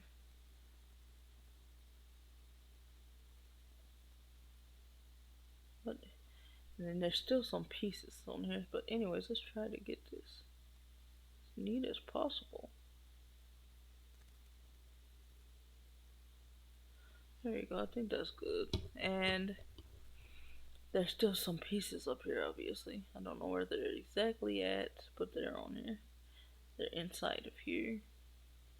I can't quite see them here, but I know they're here, so I'm just gonna keep erasing until it's gone.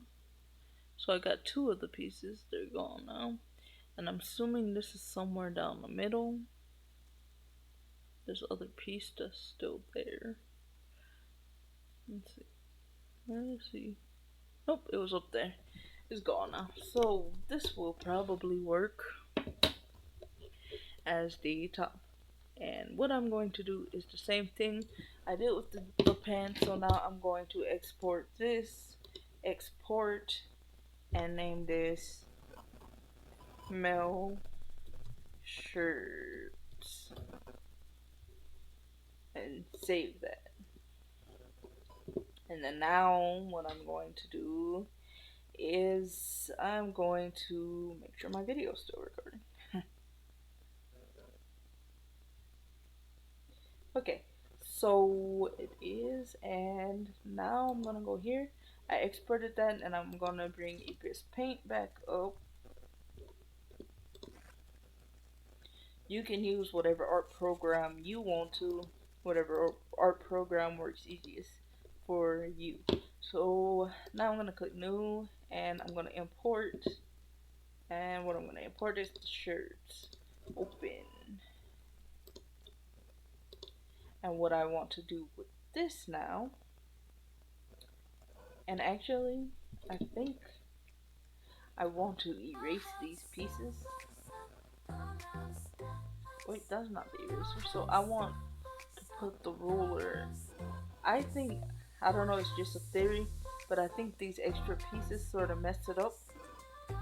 It's a theory, but I think it messes it up when I go to do the physics. I think this sort of messes it up, but I'm not sure. But I'm just gonna erase it, so when I go do that test, I can see if that is causing an issue. Like that.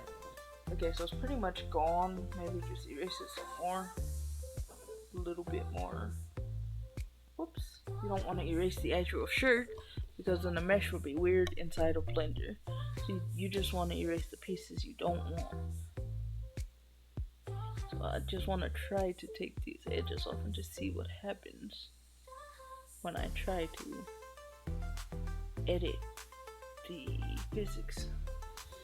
Okay, so there's that.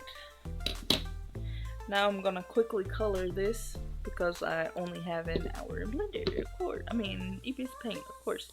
So I'm going to open this, go up, and I see the shirt as mostly white with black speckles. So that's what I'm gonna do for the inner part of the shirt. So I'm going to use my eyedropper, zoom up really close, and choose the color. So that's some sort of weird beige, but it will work. And I'm gonna do this, open and clip. And now I'm just gonna color this in real quick with the big brush that goes really fast. Okay, like that. There we go. And then I'm going to put black dots on top, because that's sort of how I see the shirt. Doesn't have to be perfect. And I got a simple example, so I can just do things simply for now. I mean, I got a simple reference, so I'm just gonna put dots all over this part here, not the sleeves.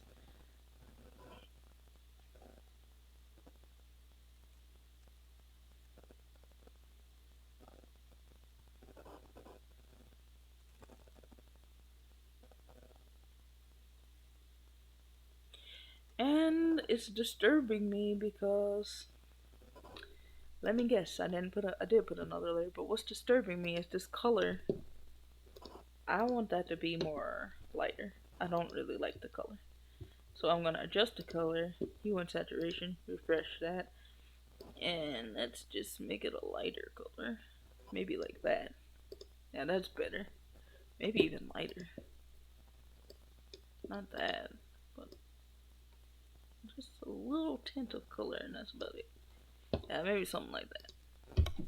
And I didn't like exactly like the reference, but since I'm doing it for myself, it doesn't really matter. If I was doing this for somebody else, it would, but I'm not. So if I'm doing it for someone else, I would be more doing things more similar to how their model actually looks and trying to get it on point. But that's not the problem here. So yeah. So what I want to do now is probably no. I'm just gonna go and put the stripes on the sleeves as I see stripes on these sleeves. So yeah, what I'm going to do to make that a bit easier is just use this here. And yeah, just put it on one side of the sleeves. And I see the stripes as black, so I'm just gonna leave it black and I'm gonna choose this one. And then I'm just going to put this down. Maybe go like that. But just a little bit further. Pull this one, this one, this one, this one. And do the same thing until I get to the top. And there. Oops. Not that one. Maybe click the check button. Here. And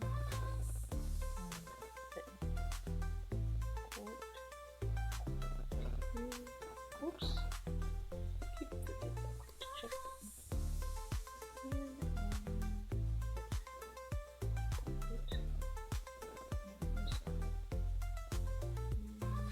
and as far as possible without getting on there.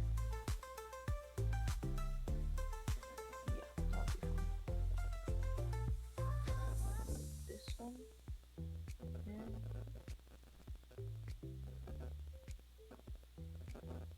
then one last one, which would be right here and right here. Okay. Whew. In programs where you have the mirror, you will want to mirror the art you're doing because you don't want to have to take forever on that. And I'm actually very dissatisfied with these dots. So I'm just going to do the same thing I did with the pants, and I'm just going to choose checkers. I'm going to go to history, choose these, and I'm just going to scroll it down as small as possible. That, and I'm going to erase this at the top, like that. Zoom in closer so I don't get the parts that I'm not trying to erase.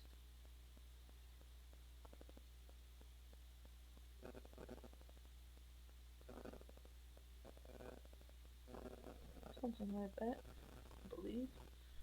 Okay, let's see. That's how it goes. And I'm going to bring this checker pattern down to maybe I could multiply or something. Or color burner. Something. Add invert. Oh, that one looks okay. I'm just gonna go ahead and use that. And then probably do the same thing I did with the, let me see, the jeans. Let's maybe do this.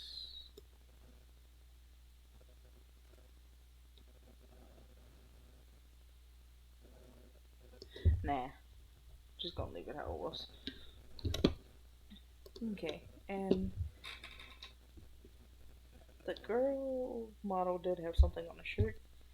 This shirt kind of looks rather boring to me. So what I'm going to do is just go here, back to my gallery.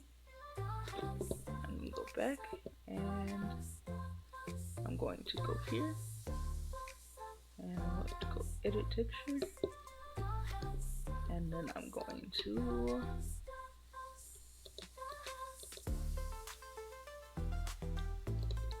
clip, clip.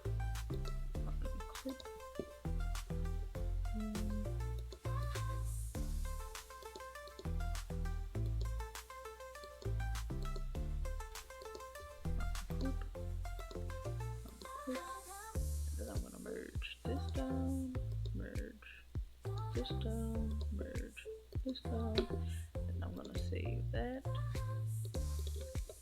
layer as save layer as transparent PNG. Right, scroll, and then save it. And then I'm gonna go back to the gallery. Hopefully my hour ain't up. Back here, edit, then I'm going to open. I'm just going to take the skull, put it on the shirt, put all the way up here purple, and I want it to be a different color. Go here, hue and saturation, okay, and then go to hue, be a blue color or darker color. Yeah, that looks kind of okay. Oh no, I kind of like that too.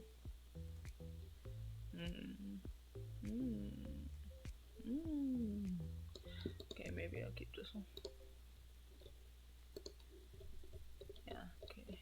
Well, that kind of looks purple or something.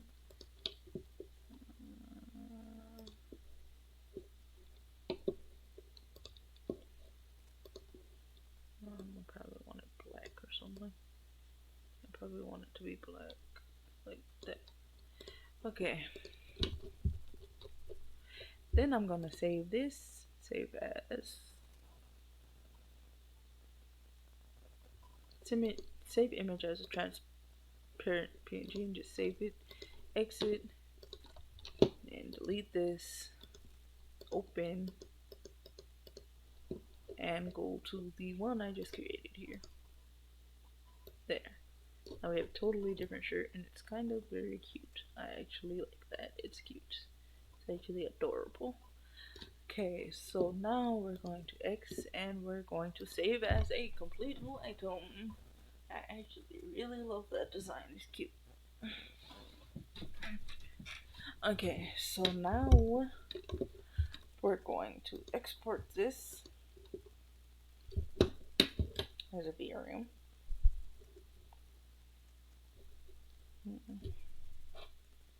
Computer's heating up really hot. Okay, and then I'm going to export this and export as Mel shirt. Save.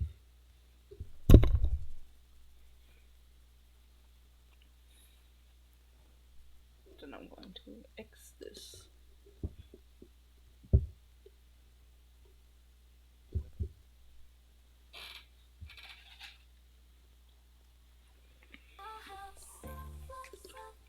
And all that's left now is the shoes. So what I'm gonna do now is just take this off and get some shoes. It's not gonna be too hard. I think I have some without the laces already, so I'm just going to use the shoes I made for her and edit those here. Yeah, I just edit these. I don't really care for the laces or the shoes because she didn't have any and his can't be seen, so it doesn't really matter. So I'm just gonna export these.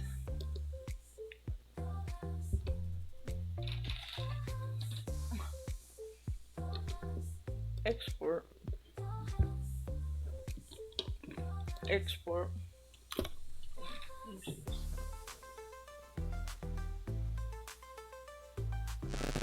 And we're going to call this Mel shoes.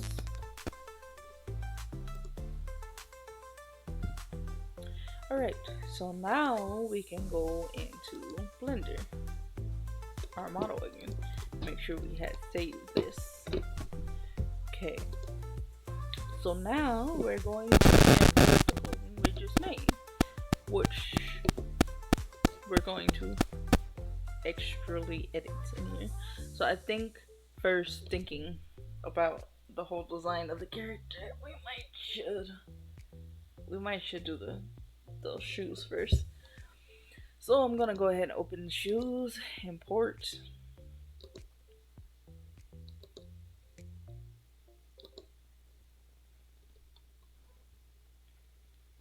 And we're going to, what you want to do first with this is first delete the armature, which will be inside of here. Click it inside, like when you go to this side panel here, click armature click the down button, click the armature, and click delete. And that just gonna delete the armature. Delete whatever this secondary is, just delete it. And click on the body again and click on this green thing here. See, click on it. And what you want to do is there's a plus and minus right here, and you just want to minus all of these out.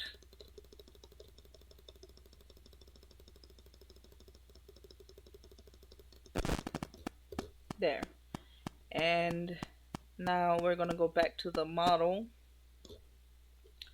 and make sure we have the shoes clicked, and we're going to go to edit mode. Now with the shoes, actually, you don't really have to worry about the mirror problem. You don't have to do these singularly, is what I mean. You can put the mirror. So there is a tutorial that tells you how to get this edit tab right here, and this is gonna automatically mirror this. So what you want to do is turn this to a negative, and I probably do a tutorial of how to get this on your thing. I can't remember it just from memory because I've only done it once, but maybe I'll do a tutorial on it, and you just auto mirror that. So you can work with both shoes at one time, and you want to select all, and then you want to scale it on the y-axis. And I don't think you really want proportional editing working on this right now, so you want to scale this. You only want proportional editing is when you're trying to fit things, pretty much, or I don't know how to explain it, but when you're doing certain things you don't want proportional editing on. That's all I know. And so the shoes are pretty big. So if I look at my character, his feet is pretty big, but I think these are pretty big. So I think I'm gonna leave them that size. And then I'm gonna go to the front view, and then I'm gonna shift select and select all these dots at the top. And what I'm gonna do now is turn on proportional editing. And then I'm going to click this on the x-axis and then just bring it over like that. And you want to keep proportional editing on when you're fitting this to your model. So you're just gonna basically fit the shoes to where they fit to your model. So yeah, you're gonna do it to the best of your ability and just make everything fit using proportional editing. Just take your time with it so things don't look awkward. Because there is no, a lot of times there is no easy answer to Blender, so you just gotta take your time. It can't be really rushed. Just take your time with it, and you'll love it even more when you just have patience and take your time. Which is something I had to learn because I am a very, very, very, very impatient person. So if you're impatient, I can understand impatience, but you just need to practice patience.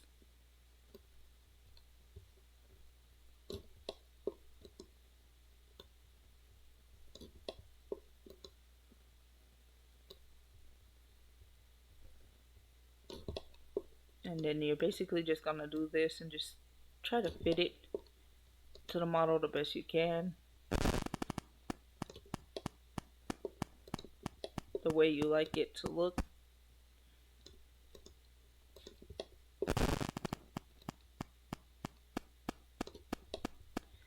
And then you can even work with the dots on these, because some of them are going to be uneven too. There you go. Sometimes when you just look at it, take the color off, and just look at what you're doing, you can tell what's making it go stupid, I guess. What's making it go like wrong. So the more you even out the dots, the more the whole, or the vertices, the more the whole image is going to look better. So yeah, but anyways, for some reason I've been having this problem, that even though I mirrored the object, for some reason this side is still working funny. So I'm trying to see.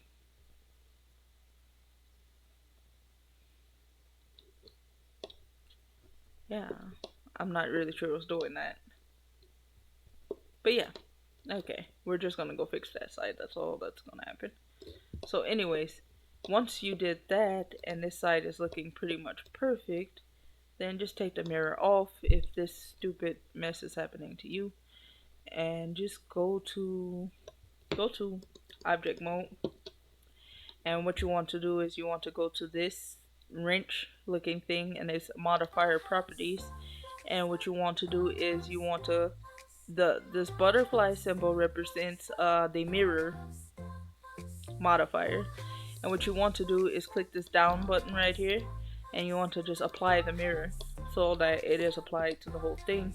And then you want to go into edit mode and you want to edit the other reverse shoe because it didn't work, and unless in your case it worked for you, but my case for some reason it did not work. So yeah, gonna pull that like that. There we go. But this is off. You just gotta go all the way around. Oh, you know what? Actually, matter of fact, the mirror probably worked right, but I remember these legs are kind of dissimilar because we didn't mirror them. But until I learned how you can mirror it without breaking the model for other programs, then this is the way that I do it. So yeah, this leg is a little bit dissimilar for this, but it will be okay. Okay, so now that we got the shoes on, as you can see, it looks nice. Then next, I think we should get the jeans on. So what we're going to do now, after we did that, we want to rename this so we can know what it is. So we're going to rename it shoe. And all you do to rename this, just double click it. And yeah, you'll get in there. Okay, so now what you want to do is you want to save that work because you don't want to lose it. And then you want to import another VRM, which is called jeans, or whatever you named it. And then I'm gonna import that, and then we're gonna do the same thing that we did with shoes. So we're gonna click this down, we're gonna click the armature, and we're going to delete it. We're gonna delete the secondary, and we can just rename this now to jeans. And then we're going to go inside of this green triangle symbol, which is the object data properties, which is basically the vertex groups, and we're going to minus all of these vertex groups.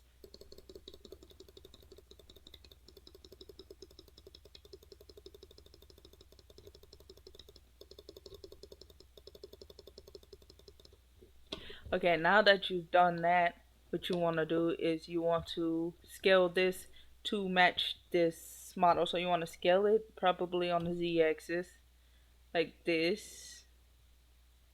You just want to get it to fit your character now, and it's probably better you do it in edit mode. And then you want to scale it on the x-axis like that, then scale again on the z-axis, and then bring this down probably. Yeah, just bring it down like that. Yeah, and then since I see it, I'm going to scale it on x-axis again till I just get it to size right there. And let's see, yes, 3. We're going to scale this on the y-axis. You gotta make sure everything is even on every side or things are not going to look right. Okay, and we're gonna go to 1. That's the front view. And now we're going to fit this to this model. And how we're going to do that is take the shoes off so you can see. And again, you can do the same thing you did with the shoes, and you can add the mirror, and hopefully this time with the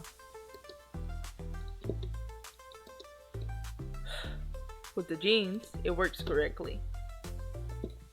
So we're going to do that, and I'm gonna unplug this tablet for a second because this is my way. Okay, we're gonna do that, and then once it's mirrored, which it should be, maybe undo that.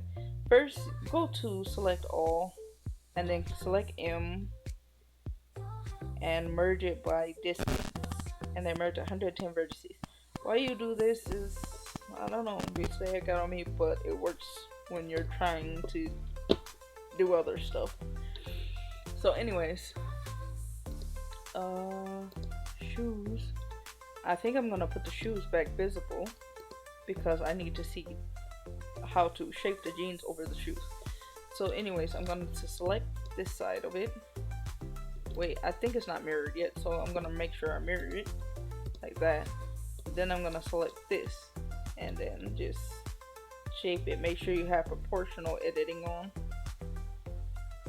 when you are fitting outfits and things to models. So grab it on the y-axis.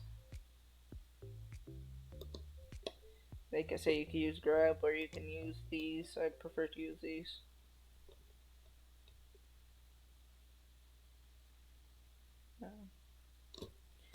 And you're just gonna carefully do it until everything matches. At least first get everything to, you know, cover the entire model. And as you see, it's not doing the same thing as the shoes did, and that's because the two legs are dissimilar.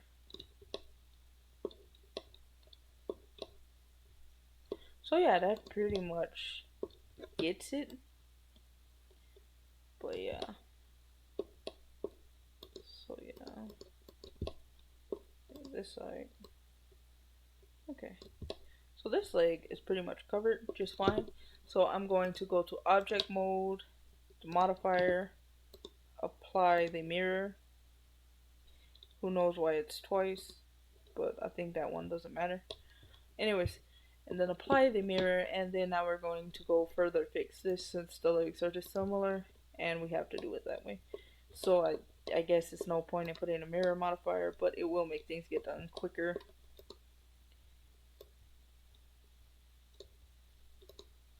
Make sure you zoom in closer if you're only focusing on certain vertices so you don't mess up other sides. This is why the mirror the mirror modifier is usually used so you won't mess up one side or the other, but you don't have to do each side on their own. But in this case, it's fine. Just take some patience.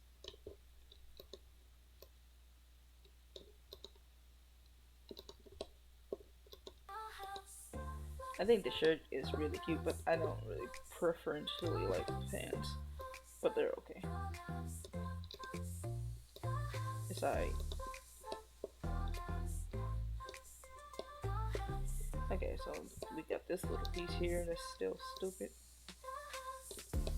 Okay, so that pretty much is it, except for that's not quite looking like our reference image, which is here.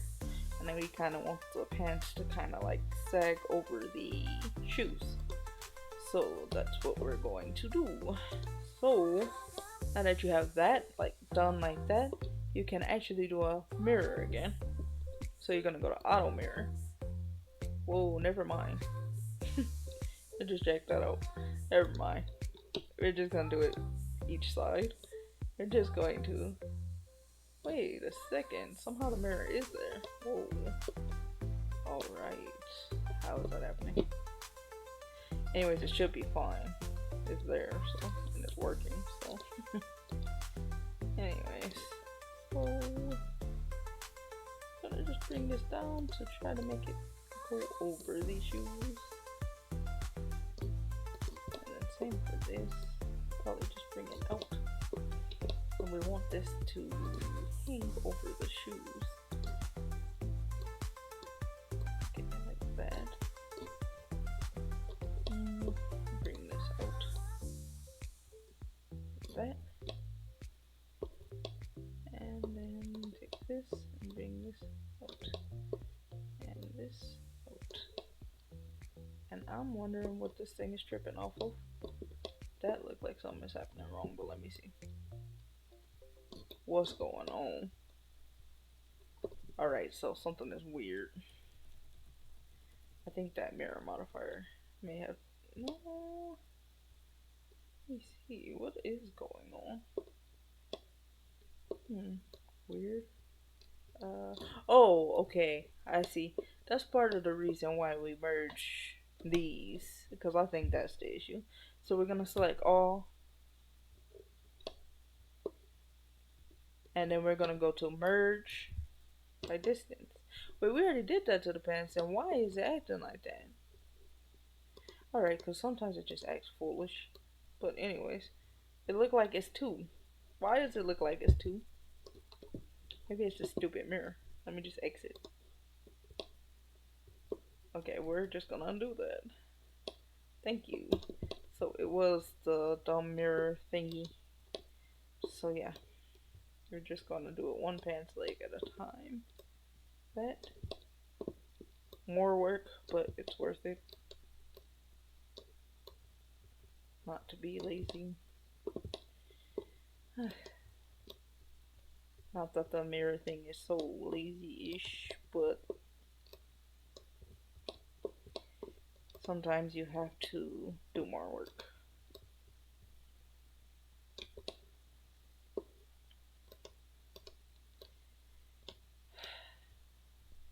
When you're not using a model from scratch. To some degree, because doing a model from scratch is kind of very hard. But let's see. Not that I haven't made a couple of models on my own. Oh, yeah.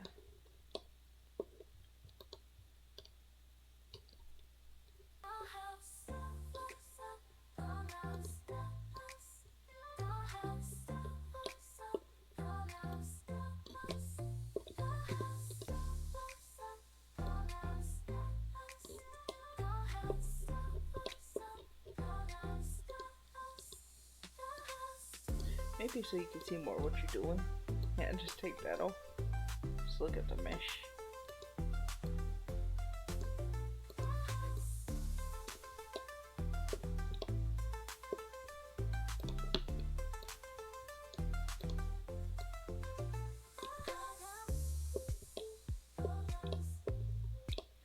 So anyways, you got that side pretty much, and then you're gonna get this side out.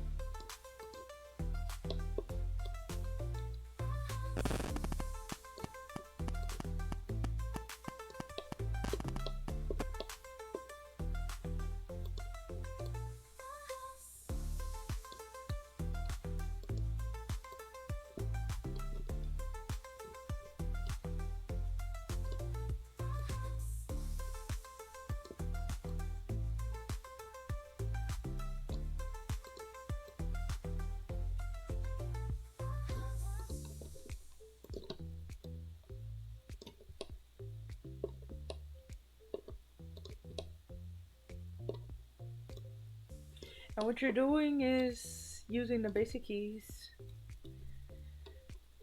that I've been mentioning just to kind of shape this into the shape you need it to be. You can open the reference there, but I tend to look at the reference in this window and just get the gist of how it should be.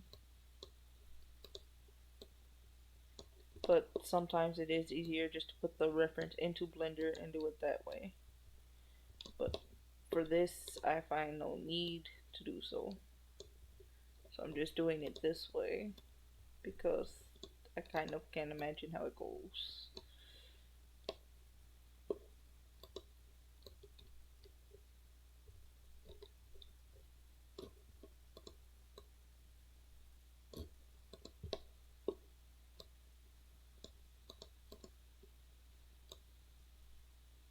There we go. And let's get this one. Bring it down. Bring it here.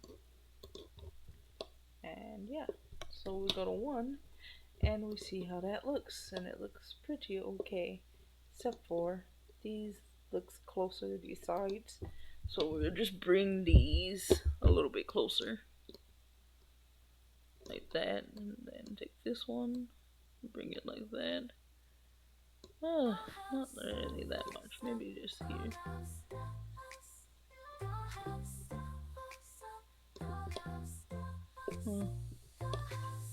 Something.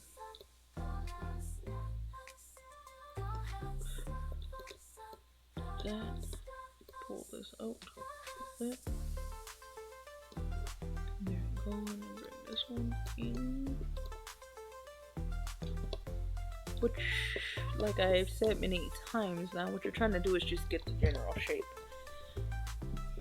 So whatever looks best to you. And let me look at this again.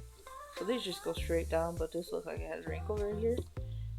Maybe if we want to make it look sort of like it has wrinkle above the shoes, then we would go down and turn this into a mesh so we can see like a just what do you call this?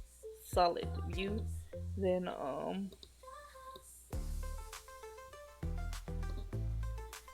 as you see, it already sort of has some crinkles, but we can even go further. So how you're gonna go further is you click this button, and this is called Edge Select. So this is on the vertices, and this is just gonna select the edges, like this. You can see that, edges. So what we're going to do is, sometimes this works. I can't even remember. Hello. I mean, let's see. Let's just select all these here. No, not even that high. That's too high. Maybe these here.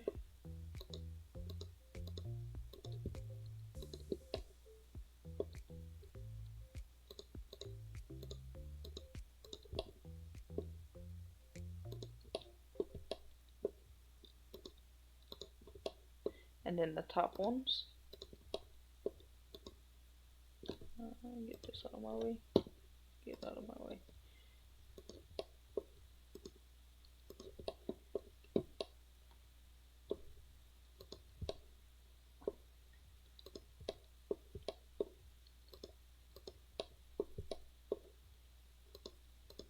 And then what I do is I just scale them in.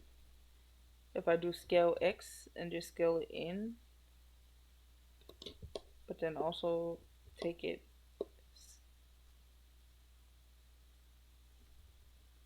scale Y.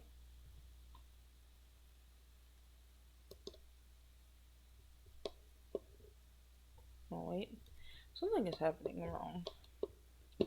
Maybe I just select one of these. Sometimes I forget what I do with the program, but let's see. Maybe I just take one of these. There's a way I make a nice sort of crinkle, wrinkle, whatever, crinkle, wrinkle. Nope, I just selected the wrong ones. This one's. And then scale X. Let's see if that works. Ah, it's not working with this for some reason. Maybe it's.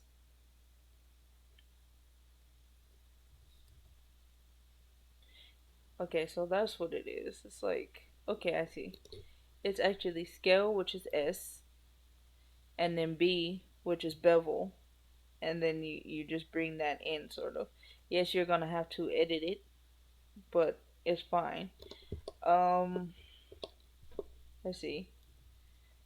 Scale and then bevel, which is S and then B, and then I'm gonna do it like that, and that makes it look sort of like it has crinkle. So I'm gonna go back to here and go to my global editing, proportional editing, and then I'm going to select this again and just pull these back out,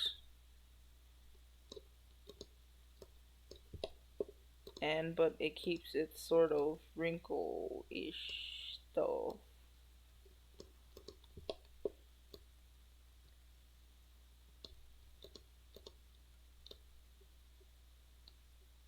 Yeah, it keeps sort of the wrinklish stuff I did. And I'm gonna make this a little bit neater. Pull this out. Pull this out.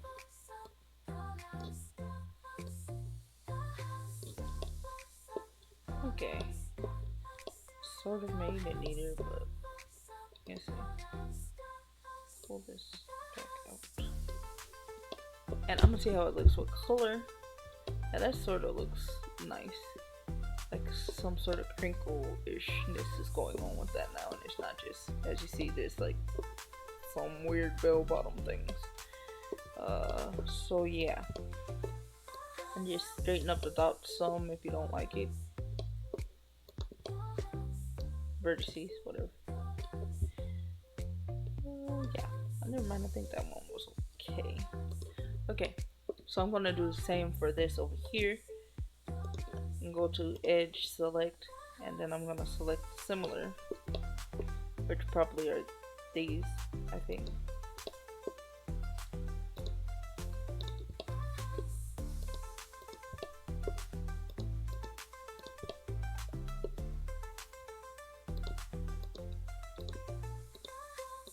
And then what I'm going to do is scale these X, and then also scale it Y. Right. Scale Y. I was actually supposed to bevel too, but it still looked like it did what it was supposed to. So I'm just going to go to the edit thing again, make sure proportional editing is on, and bring these out. Remember, proportional editing is the thing with the target looking symbol.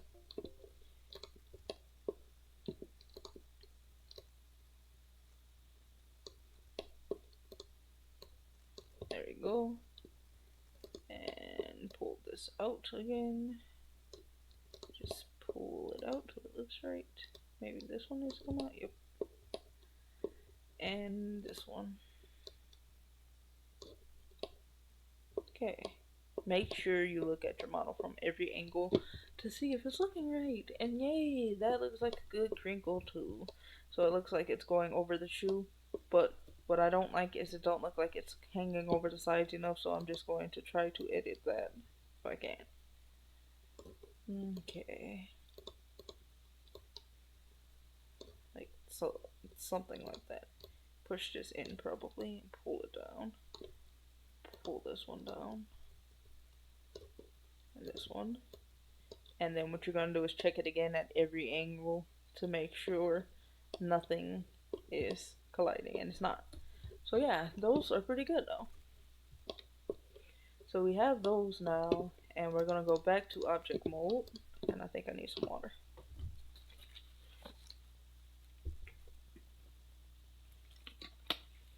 So now back in object mode, we have that, so we're gonna save that. And now we only have one more thing for this particular character, and that thing that we have left is called the shirt. So we're going to open. Let's see how it's looking towards the reference. It's looking a little bit different in a sense, but that's because I wanted it to look different. So yeah, I don't really like these speckles and dots. I could have just went and tried to get that, but I kind of like how it looks more checkered-ish. So yeah. And what I think this model is going to have to do is shrink some more. I'm pretty sure of that. And maybe I can shrink the legs some more because the legs look more stout. Okay, but anyways, we're going to wait that out for a sec.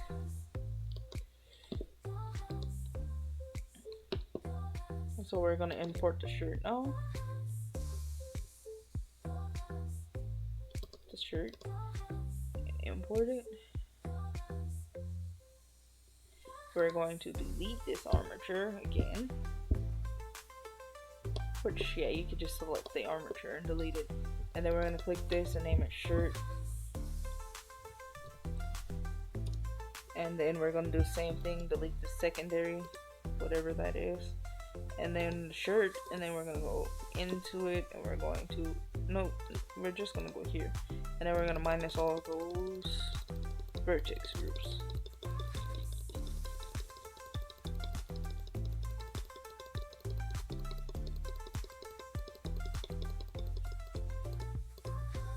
Okay, there we go.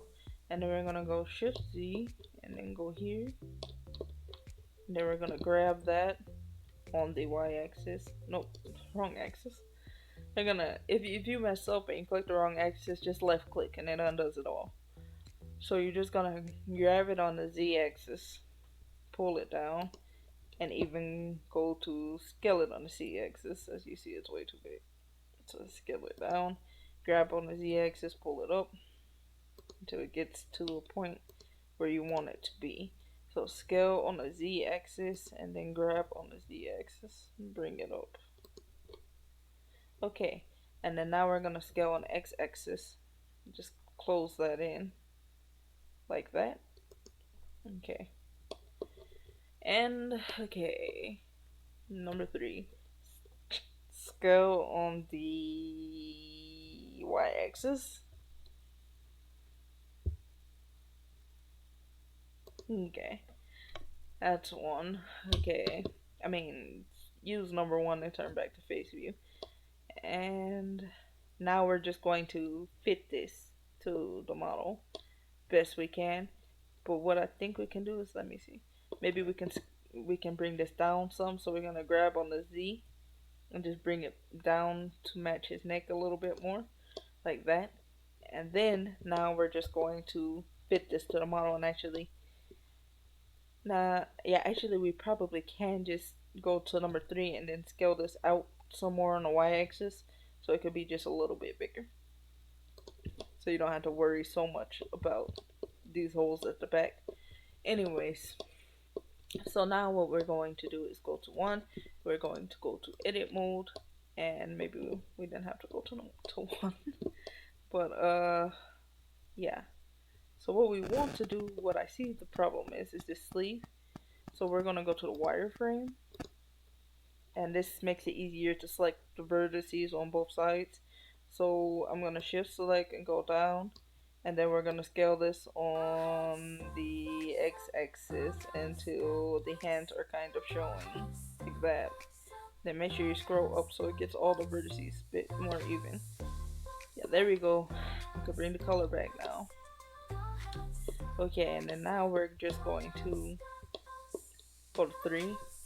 Probably just grab this here, something. Let's see, let's just grab this part. Go 1, just get the wireframe, shift, and just grab this. Whoops! Whoa, what did I just do?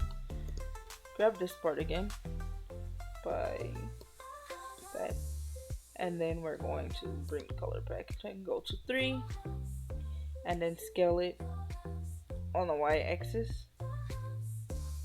Maybe not with proportional. Scale on the y-axis.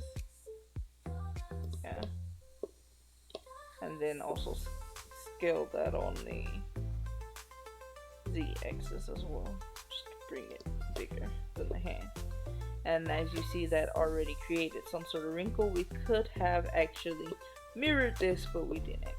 So we're going to go ahead and just do it on both sides, because, you know, we forgot to do that. So this, and then actually what I'm noticing is that we did not do it on this side because we forgot to mirror it. But anyways, just bring it like that, just scoot it down till you see the hands, then do the same thing in which you would just scale it. You go 3, 9, scale on the y-axis without proportional editing, scale on the y-axis like that. Let's see, yeah, but maybe scale on the y-axis in a little bit, and then scale on the z-axis. There we go. And you, just like the other thing, you're just trying to fit this to the model. And then what you're going to do is just go fit the arms and things to it. And on this part, you actually want proportional editing, so turn it back on and zoom in to try to just get the parts you want. So yeah, we got those parts pretty easy. We're gonna do the same for here and here. Here again because it went back down for some reason. Okay. and then you see his back is sticking out. So I go for this middle vertex probably, and then it gets both. Yeah. So that looks okay, right? So yeah. And I kind of want a shirt to be more closer probably, maybe. I'm gonna see how that looks to me. And scale on the X. I don't really like how it looks, so I'm gonna leave it like that. Bring this down. Bring this, maybe, no, just take it from the middle and just bring it down. And then take this from here and bring it down. Go closer because I want this to be even and not up like that. Even on this side. There we go. And then just pull this out. Quite naturally, you should remember to mirror that shirt at least, because I think it will work for the shirt because we didn't edit anything up here. Unless you edited something and your arms look morphed or something, because you're using my method, then yeah, then you might have to edit it. But anyways, you edit the shirt, and sometimes doing it this way makes it look more realistic. Like, so people's shirt aren't completely even on one side, like as in when it comes to wrinkles, it's not evenly, okay, this side is perfectly wrinkled like this and this side too. It's not usually how it works. So it could give it some more realism too by just doing it this way.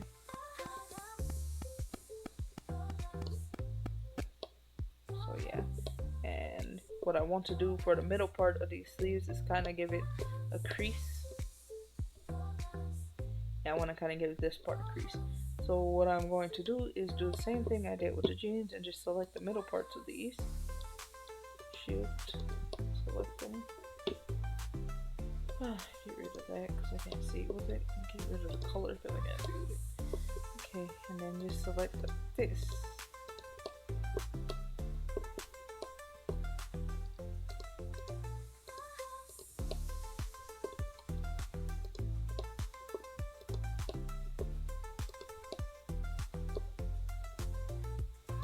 And of course to rotate you keep using the middle mouse button. Okay, so now you want to scale and V. There you go. It just does it pretty much.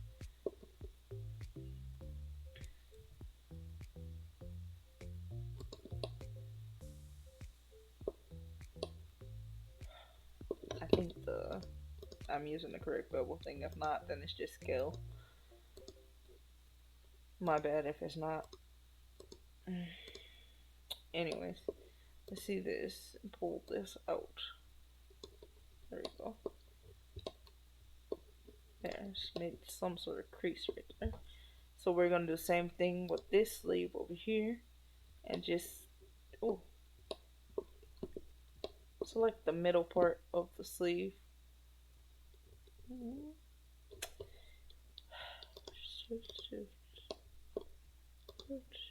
Take this away because I can't see with it. Also, you can, when you're shift selecting these, you can go CTRL, and it selects the row as you go, so you don't have to do a bunch of that. So once you shift select one, then you can press CTRL, and it will get most of the row for you, or all of it in some cases. So I'm gonna scale that in. Scale it in probably even more, and then see if anything is poking out, which is not. Shift, let me see. That's okay. Yeah, that's alright. Okay, so yeah. Looks like you got some wrinkles in the shirt. Let me see it. Yeah, you kind of got some wrinkles going on, and you can even add wrinkles here. But what I see with the shirt is I want to take this weird curve thing away.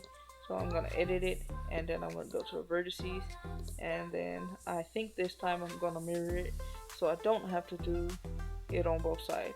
So I'm going to go to edit, and then I'm going to go to auto mirror, and I'm going to just edit both sides with proportional editing, this target thing.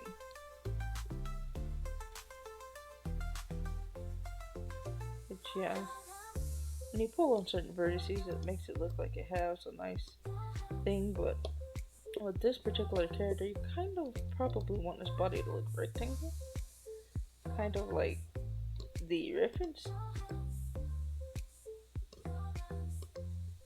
so you don't really, you know, something like that. Maybe even bring these parts in more, bring this in more, like that. Yeah, that's better. So you want it to kind of resemble this to some degree. Though I'm not fully doing it this way.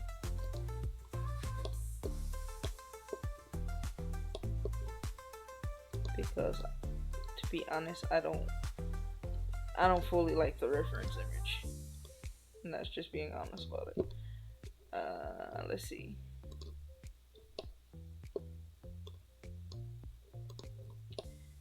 And anyways, you can probably go on the back and then push this in. Okay. Yeah, that's pretty much it. I think that he's bigger than the girl. Pretty sure of that, but let's go to object mode and apply the mirror. Remember to apply the mirror. Okay, so yeah, that needs to be edited. So we're gonna go click the shirt, go back to edit mode, and pull this out. Okay, and then pull this out. Okay, and then we're gonna go to object mode. And how we figure out if the girl is, what size the girl is. I'm gonna save this real quick. Okay. So let me see if I'm still recording. Whew. Yeah, 2 hours, man. Okay, so as you see, very stylized in comparison to, let's get back to it. We can X this. Go back to model selection, and actually we're going to actually save this because I want to show you the clothes on this model in comparison to the clothes on the model in Blender. Okay, so we're back here. We're gonna go select our model, which looks fairly different. Okay, from that one. So if we look at our model, yeah, really different.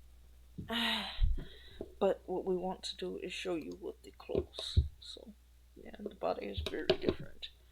Anyways, so we're gonna go get our outfits that we made, which are tops or bottoms. Let's see, custom, that's our bottoms, and then shoes. That was the shoes, and then tops. That's the tops. And as you see, if I would have just did this in here, not that I can't reshape these things to some degree, like I could change the volume and different things, but it's only going to do so much in here. So, you know, the shaping of this in here helps, but let me show you the difference between our Blender model. Oops. Why is this happening to me? Okay. Please go over there. Please. It can't go any further. Okay. So that's the issue. But, oh my.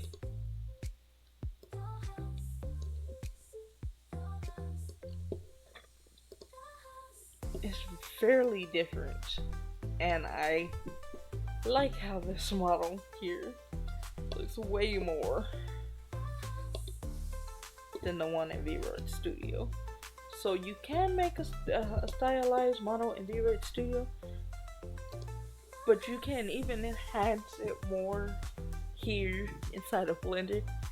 and I'm actually kind of ecstatic about this one because it looks so much more different from that. Like, I really like how it looks in comparison. Like, the body shape and everything, it looks real nice. Even the hair fitted to the head even better inside of here, and it's not so long anymore because I didn't want it to be as long as that. So, it actually really did a pretty good job in here. So, I'm actually kind of ecstatic about that, and yeah,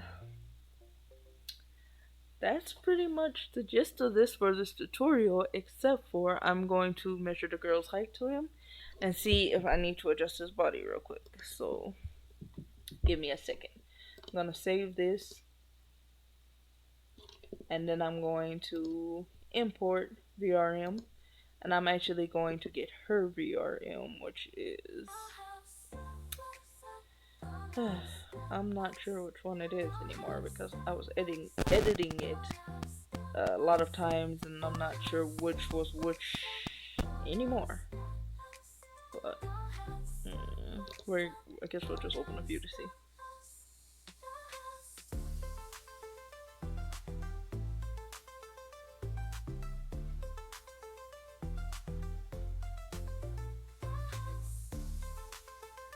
Okay, let me select all, or not even all. I just want to select her.